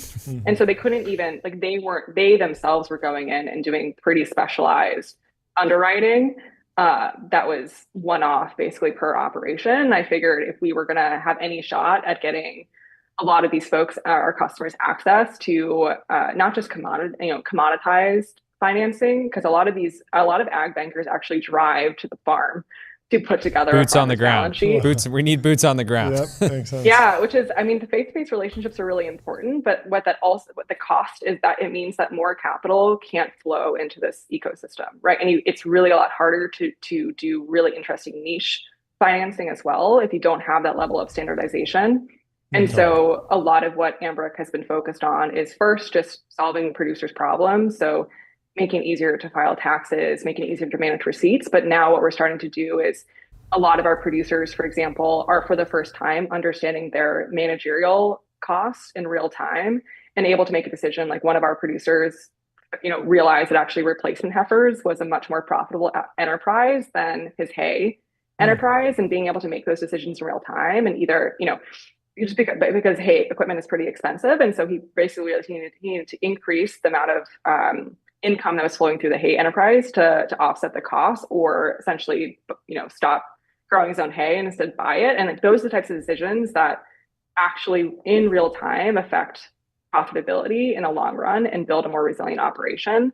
And that's just not something that, again, is, these farms are pretty complex. It's one of the only industries where oftentimes for manufacturing, you're usually assembling things. Actually with agriculture, you're disassembling it. So like, what are the cogs on that?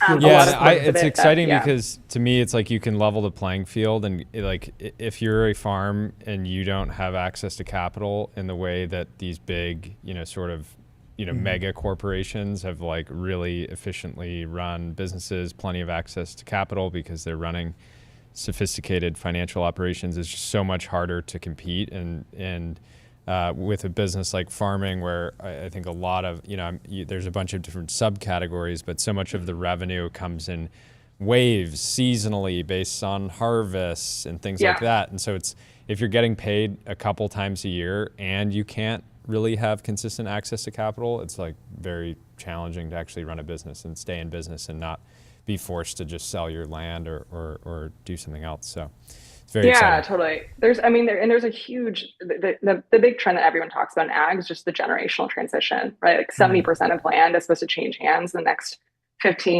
15 years. The average age of a farmer in the United States is 57, 58. It's only increasing, right? And so a lot of these operations are looking at generational transitions, and there's a knowledge gap there as well, because if everything is in, if everyone's in someone's head about how all the finances work and how the operation runs, right? Like that's fine. But what happens when, what happens when you need to pass on to the next generation? And so a lot of what we think about is democratizing access to that knowledge, democratizing access to capital, to knowledge, right? I think this is also our thesis on AI, which is AI should actually be the great, it should be actually the democratizing wave that the computing revolution promised, but ended up just actually hollowing out the middle class.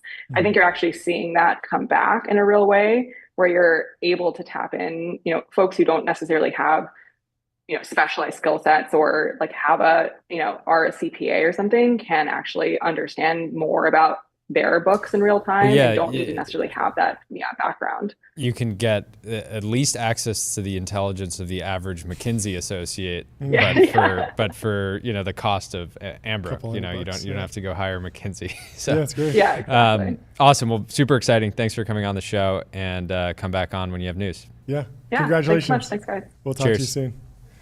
Awesome. The breaking news, of course, is that Figma has publicly filed their S1 with the SEC what's today. This on the printer cam? Oh, is the printer? The printer's going. It's going. See it. Okay. They don't have touch it. Applied to list on Look at this. Oh, don't. There we go. Boom. Boom. They have applied to list on the New York Stock Exchange under the symbol FIG. Love it. It's got a That's great ring to ticker. it. FIG. Congratulations. The New York Stock Exchange, one of the best stock exchanges, if you ask me. Preliminary. Nice hit, Gun. John, I called you Gone John Gong. Anyways, the other interesting data point, Arthur Rock called this out. There's 70 million held in Bitcoin ETFs on the balance sheet, with board approval for another 30 million BTC purchased via USDC. Whoa, so Dylan. A little bit of a BTC treasury action going on. That's wild. What else? I would not have expected that. He just was also, stacking sats. I Bill love it. McDermott, who was formerly at Xerox, transformed SAP, and is now leading ServiceNow, is joining Figma's board of directors. Congratulations. Dylan Trade says, deal. Bill is a legend. In addition to his wisdom, I especially appreciate his humility and authenticity. So great addition to Figma's board. And well, you're heading to the New York Stock we'll Exchange. have to have somebody You got to on. get a watch on Bezel. Go to getbezel.com. Your Bezel John is concierge relentless. is available now to source you any watch on the planet. Seriously, any watch. Yes, this is very good news. Should we run through some timeline, get out of here? What do you think? Let's do some timeline. We got another trade deal, another massive trade deal. Jeff Bercovici is joining the Wall Street Journal. Starting July 28th, he'll be heading up Wall Street Journal's San Francisco team as deputy tech and media editor. Absolutely massive news. Congratulations to Jeff on the trade deal. We got another trade deal that we posted on the timeline. Same is moving to Thrive Holdings to build exceptional businesses designed to compound over many decades. Massive signing from Thrive. Massive our friends signing. over at Thrive. I mean, we're Probably hearing maxed the out rumors, contract. maxed out, probably 4 years, Yep. guessing a 1-year cliff, but we'll wait for more details. A veteran of Ramp, an Yep. absolute dog. Congratulations, Samantha. And in other news, Public, our sponsor, has the IRA triple play here, 1% match, plus 1% match, plus 1% match. That's 3%. So go check it out at public.com. The absolute dogs over at Public. Do it again. Yes. Will Menitis has a new law alert. We got a new law. Oh, he's coining.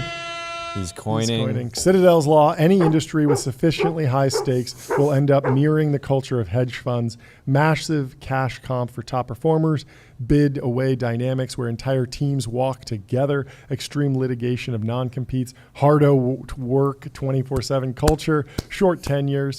We are at most 6 months away from PE-style midnight recruiting coming to AI, at most 12 months away from undergraduates pre-interviewing for the job they want after a 2-year stint at a frontier lab because they even start. There's a Will's just incredible rambling now. Hawaii Sagaponic pair trade here. It's fun to be aghast when Balyasny or whoever pays $100 million to bring some PM an unknown quantity of their loyalists. That's portfolio manager, not product manager. My favorite is when portfolio managers have their squad. No. On the LinkedIn gap where they'll add like, I'm gardening. And it's like gardening for 6 because they months. Or legally a couldn't year. go work at another hedge fund after a 6-month cool down, of course, over. But this is actually much purer expression of the kind of thing that is being attempted in the Wang FB Nikita Z deal. But this is actually much purer expression. At the margin, I think makes the capital environment for funding independent big AI things much worse. Not worth underwriting a team if you know they can do R&D on your dollar and then walk. In the same way, my sense is fund staking terms got worse, not better post-pod shop. He's getting in the weeds there, but it's a fun post. Deep cut, but but this is the long-term impact of the AI talent wars. I do think it's accurate to say that a lot of people over the last 24 hours have been saying, "Oh, nerds are being treated like athletes." I would just say this is this is AI researchers being treated like PMs in the hedge fund world. Yep, totally. So. And then the last piece of breaking news, I think you mentioned this briefly yesterday, but Andreessen Horowitz is back in the mix to acquire TikTok, joining Oracle and Blackstone in talks to buy the United States business. That'd be fantastic. I would love to see that. Be great. Well, would be absolutely is fantastic. The end of the show, folks. Please leave us 5-star review on Apple Podcasts and Spotify, and stay tuned for tomorrow's show. If you leave a review on Apple Podcasts, we will read it on the show. You can put anything you want in there. You can put an ad for your business or your venture fund. And we'll read it on the show.